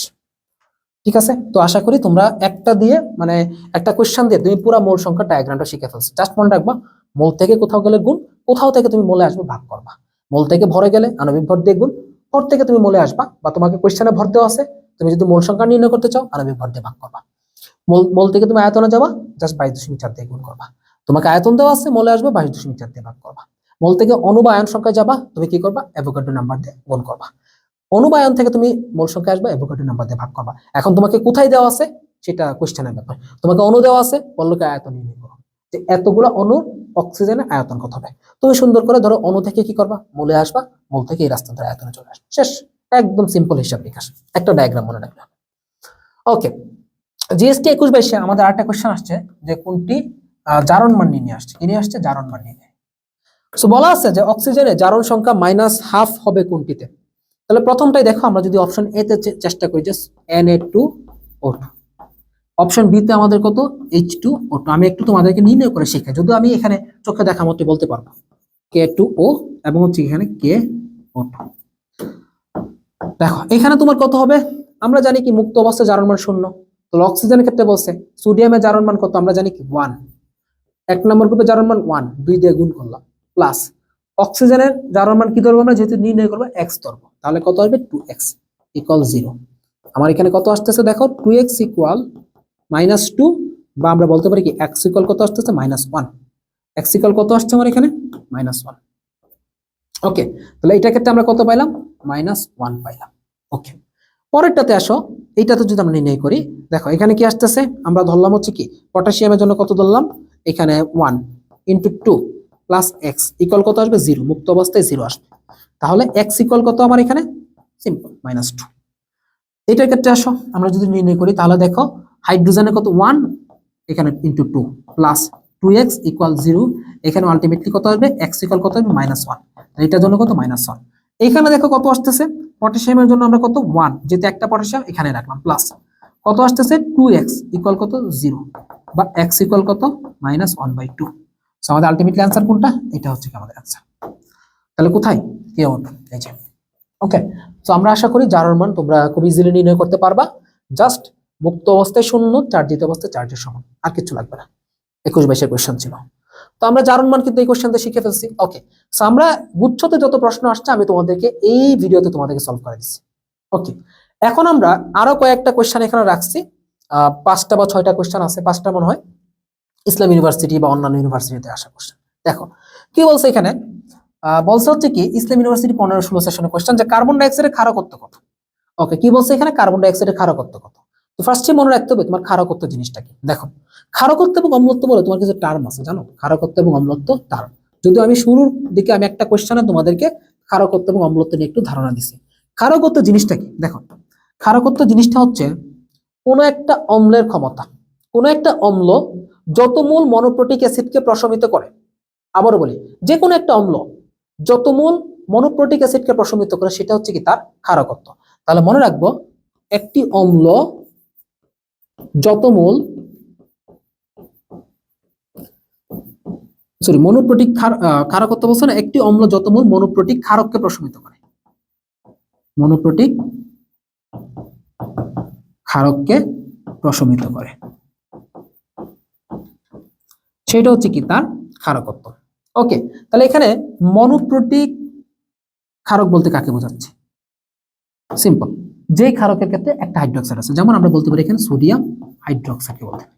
তাহলে ধরো আমরা যদি এখানে কার্বন ডাইঅক্সাইডের ক্ষেত্রে হিসাব করি, কি করে আমরা এখানে ধরো কার্বন ডাইঅক্সাইডের ক্ষেত্রে আমরা যদি হিসাব করি, তাহলে আমরা একটা মনোপ্রোটিক ক্ষারকের সাথে আমরা ধরো বিক্রিয়া করাই।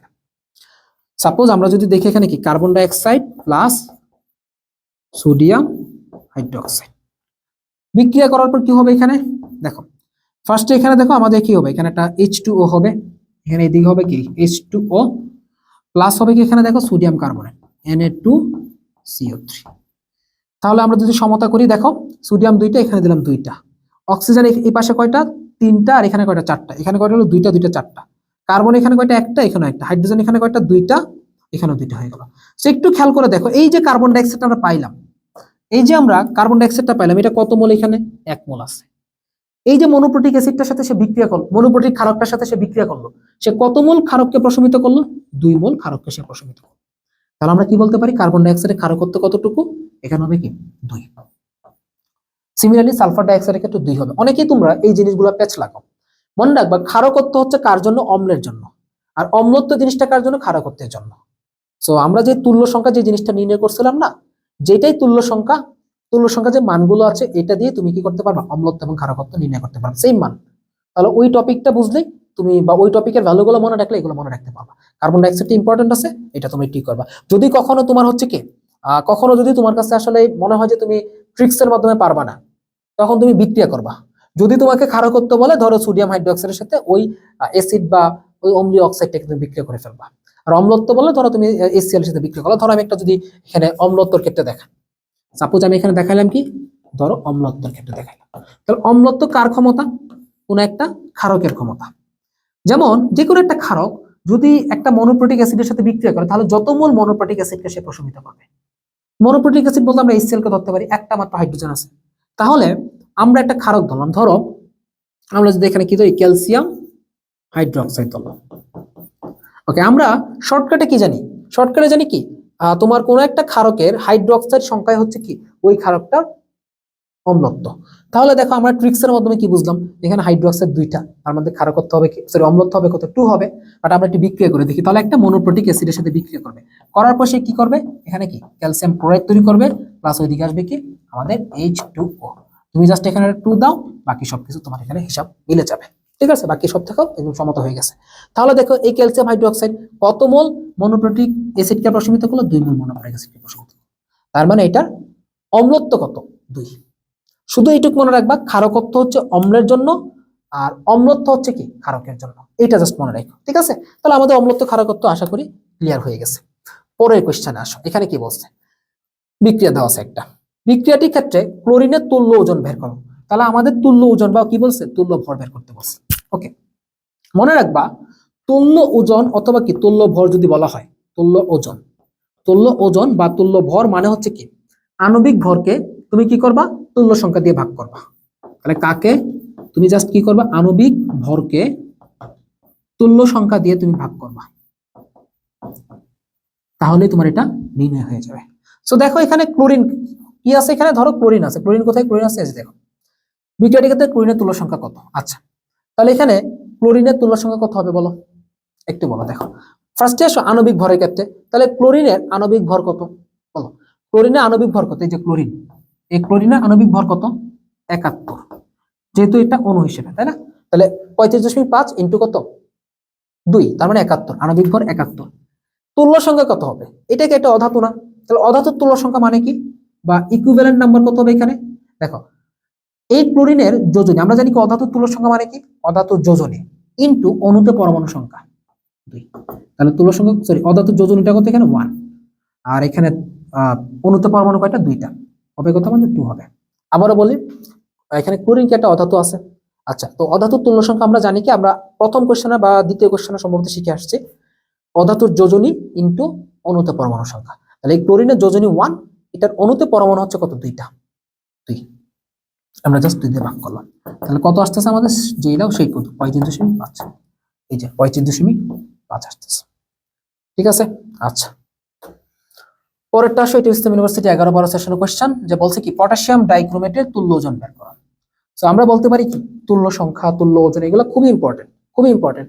সো আমরা যদি এখানে বের করি কত, এটা তুল্য ওজন, এইটার তুল্য ওজন যদি বের করি, তাহলে দেখো পটাশিয়াম ডাইক্রোমেটের তুল্য ওজন, আচ্ছা না এটা বলে না, এটা বলে না, একটু একটু একটু একটু দেখো, এটা বলে না। এখানে বলছে হচ্ছে কি যে পটাশিয়াম ডাইক্রোমেট যৌগটি তুল্য ওজন এর পারমাণবিক ওজনের কত অংশ, এর পারমাণবিক ওজনের কত অংশ হবে দেখো।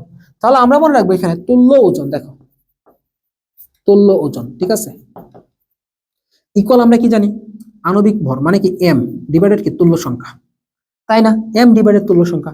তাহলে আমরা এম রাখলাম এখানে, যেহেতু আমরা এম হিসেবে রাখছি, এম রাখলাম। এটা তুল্য সংখ্যা কত? পটাশিয়াম ডাইক্রোমেটের তুল্য সংখ্যা কত? 6, এই দিলাম 6। তার মানে আমরা বলতে পারি কি 1/6 ইন্টু এম। সো আমরা বলতে পারি কি পটাশিয়াম ডাইক্রোমেটের তুল্য ওজনটা, এই যে তুল্য ওজনটা আছে, এই তুল্য ওজনটা কি তার আণবিক বা তার পারমাণবিক ওজনের 6/1 তাহলে কয় ভাগের 1? 6/1। ইসলাম ইউনিভার্সিটি 11-12 সেশন কোশ্চেন। কোনোদিন ভুল করবা এগুলা? ইনশাল্লাহ কোনোদিন ভুল হবে না, ইনশাল্লাহ, ঠিক আছে। আচ্ছা, পরবর্তী কোশ্চেনের জন্য কি বলছে, কোনটি প্রাইমারি স্ট্যান্ডার্ড পদার্থ? আচ্ছা, ফার্স্টে আসো, প্রাইমারি স্ট্যান্ডার্ড পদার্থ বলতে আমরা কাদেরকে বুঝি দেখো, আমি একটু বেসিক ধারণা সহ দিয়ে দিই তোমাদের। প্রাইমারি স্ট্যান্ডার্ড পদার্থ, প্রাইমারি, প্রাইমারি মানে কি খুবই ভালো, শুরুতে খুবই ভালো, ঠিক আছে, একা একা। প্রাইমারি মানে কি খুবই ভালো, সেকেন্ডারিকে আমরা কি মনে করি যে একটু ভালো না। প্রাইমারি মানে কি আমরা একটু মানে পিওর জিনিসটা মনে করি, পিওর। তার মানে মনে রাখবো কি প্রাইমারি মানে কি যারা বিশুদ্ধ অবস্থায় যাদেরকে পাওয়া যায়, এদেরকে আমরা বিশুদ্ধ অবস্থায় পাবো। আমি থিওরিটাও ক্লিয়ার করে দিচ্ছি। তাহলে যারা বিশুদ্ধ তারা কি কারো ক্ষতিও করে না, সিমিলারলি তাদেরকেও কেউ ক্ষতি করে না। তার মানে কি এরা জীবাণু দ্বারা আক্রান্ত হয় না, এরা কি হয় না, জীবাণু দ্বারা আক্রান্ত হয় না। একদম এইভাবে মনে রাখবে, একটা জিনিস দিয়ে মনে রাখবা, আক্রান্ত হয় না। তাহলে প্রাইমারি মানে হচ্ছে তোমার ভালো, আমরা মনে রাখবো প্রাইমারি মানে ভালো, প্রাইমারি মানে কি পিওর, খুবই ভালো, বিশুদ্ধ। পিওর মানে কি বিশুদ্ধ, সেকেন্ডারি ভালো না আমরা ধরে নিলাম। তাহলে এটাকে বিশুদ্ধ অবস্থায় পাবো, বিশুদ্ধ যারা তারা কারো ক্ষতি করে না, তাদেরকেও কারো ক্ষতি করে না। তার মানে কি জীবাণু দ্বারা আক্রান্ত হয় না, এবং তারাও কারো কোনো ক্ষতি করে না। ক্ষতি মানে কি ক্ষয় করে না। অর্থাৎ তুমি যখন এই প্রাইমারি স্ট্যান্ডার্ড পদার্থকে তুমি যখন একটা রাসায়নিক নিক্তিতে নিয়ে মেজারমেন্ট করবা, রাসায়নিক নিক্তি জিনিসটাকে, এটা আমরা হচ্ছে কি মানে আজকে আমাদের গুচ্ছ ব্যাচে হচ্ছে ল্যাবরেটরি নিরাপদ ব্যবহার, মানে শর্ট সিলেবাসের বাইরে, এইটার আমাদের ক্লাস আছে রাত 9:30, ওখানে আমি ক্লিয়ার করে দেবো ইনশাল্লাহ। তো দেখো আমাদের গুচ্ছ ব্যাচে কিন্তু আমরা শুধু যে শর্ট সিলেবাস ফোকাস তা না, আমি অলরেডি কিন্তু ফুল সিলেবাসটা টাচ দিয়ে দিয়েছি। কেমিস্ট্রি, ল্যাবরেটরি নিরাপদ ব্যবহার, নির্বাচনের পরে আমি বায়োলজির ফুল সিলেবাস টাচ করবো, ওদিকে সাকিব সাইফ ফিজিক্সও টাচ করবো ইনশাল্লাহ। তাহলে তোমরা যারা গুচ্ছতে এনরোল করতে চাচ্ছ আমাদের ব্যাচে, ইনশাল্লাহ তোমার ফুল সিলেবাসের প্রিপারেশনটা হয়ে যাবে।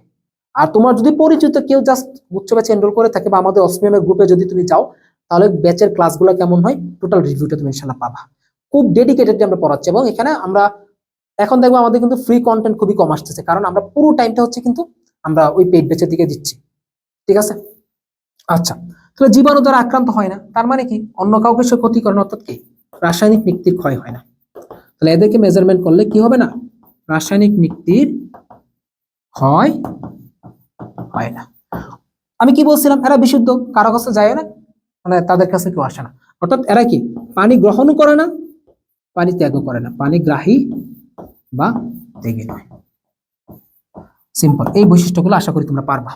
বাট আমাদের কোয়েশ্চেন তো এটা না, আমাদের কোয়েশ্চেন হচ্ছে কি কোনটা প্রাইমারি কোনটা সেকেন্ডারি, জাস্ট ট্রিক্সের মাধ্যমে মনে রাখতে পারি আমরা। দেখো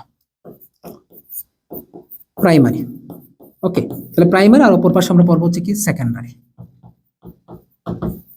দেখো, তো প্রাইমারি মানে হচ্ছে কি যাদের হচ্ছে কি সি পাবা তুমি, যাদের সাথে কি পাবা তুমি, সি পাবা।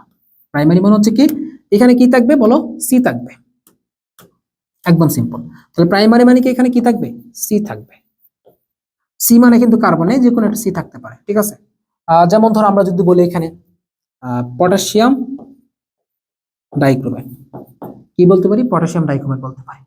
আমরা বলতে পারি কি এখানে H2C2O4, ঠিক আছে, ইনটু 2H2, অক্সালিক অ্যাসিড বলতে পারি আমরা এখানে, ঠিক আছে, অক্সালিক অ্যাসিড আমরা এখানে বলতে পারি। ওকে, এছাড়াও তুমি যে কোনো একটা জিনিস এখানে দিলে সি থাকলে তোমার হয়ে যাবে ইনশাআল্লাহ, সি যুক্ত পাইলে হচ্ছে।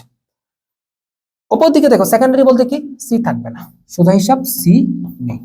তবে ব্যতিক্রম এখানে কে, শুধুমাত্র কি HCl-টা ব্যতিক্রম। এছাড়া যেমন আছে তোমার ধরো পটাশিয়াম পারম্যাঙ্গানেট, H2, SO4, এগুলো সব হচ্ছে কি তোমার সেকেন্ডারি স্ট্যান্ডার্ড পদার্থ।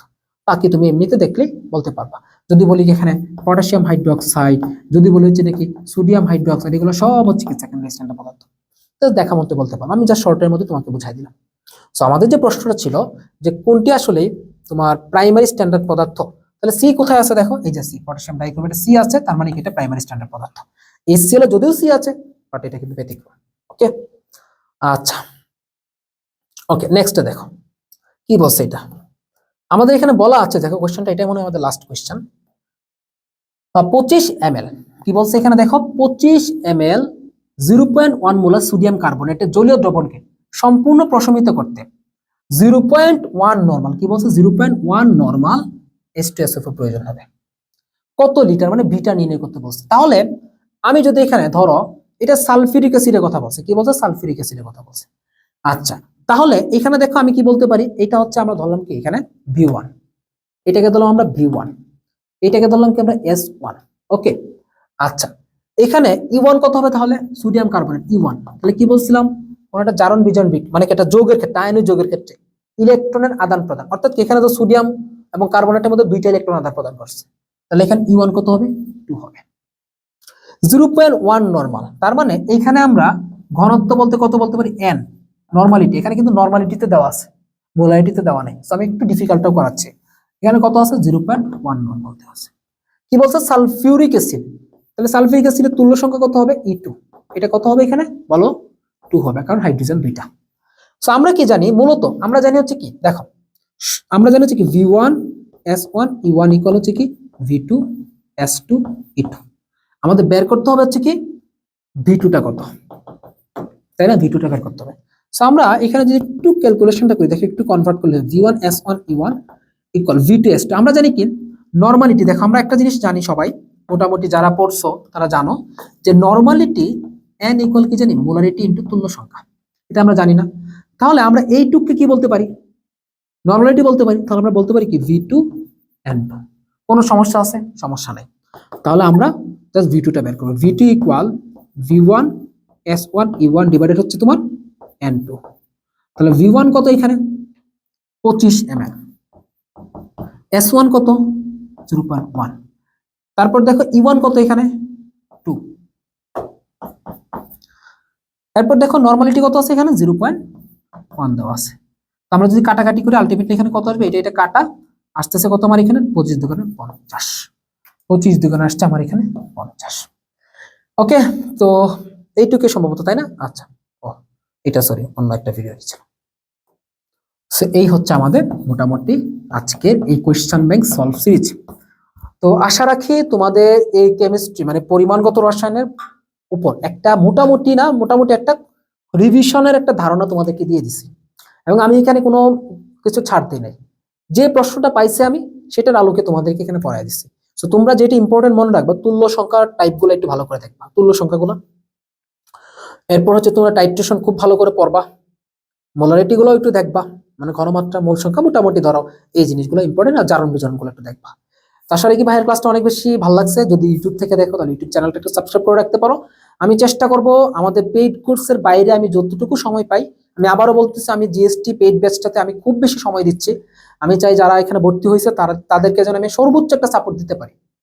এর বাইরে আমি যদি ফ্রি টাইম পাই আমি তোমাদেরকে সময় সময় ইনশাল্লাহ ভিডিও দিয়ে যাবো ইনশাল্লাহ। তবে আমি যেহেতু জিএসটি পেইড ব্যাচটাতে ভালো সময় দিচ্ছি, সো আমি ওই দিকে একটু বেশি ফোকাসড, এই জন্য ফ্রি কন্টেন্টের পরিমাণ আপাতত কম রাখতেছি। সামনে হয়তো আমি দিব আরো, রমজান মাসটা হইলে বা একটু গুচ্ছ ব্যাচটা গুছিয়ে নিলে তারপর ইনশাল্লাহ পাবা। ঠিক আছে, তো যেখানেই থাকো, যেখানে ভর্তি থাকো, একা একাও যদি পড়ো কোনো সমস্যা নাই, তবে ভালো করে পড়াশোনাটা করো, ডেইলি পড়া ডেইলি পড়ো, রিভিশন দিও ঠিক মতো, প্রশ্ন ব্যাংকটা ভালো করে প্র্যাকটিস করো, নিজে এগুলো সলভ করার চেষ্টা করো। ঠিক আছে, ভালো থাকবা, সুস্থ থাকবা, আল্লাহ হাফেজ, আসসালামু আলাইকুম। নেক্সট কোন চ্যাপ্টার চাও সেটা একটু জানাবা, আমি সময় পেলে তোমাদেরকে দিয়ে দিব। ঠিক আছে, টাটা।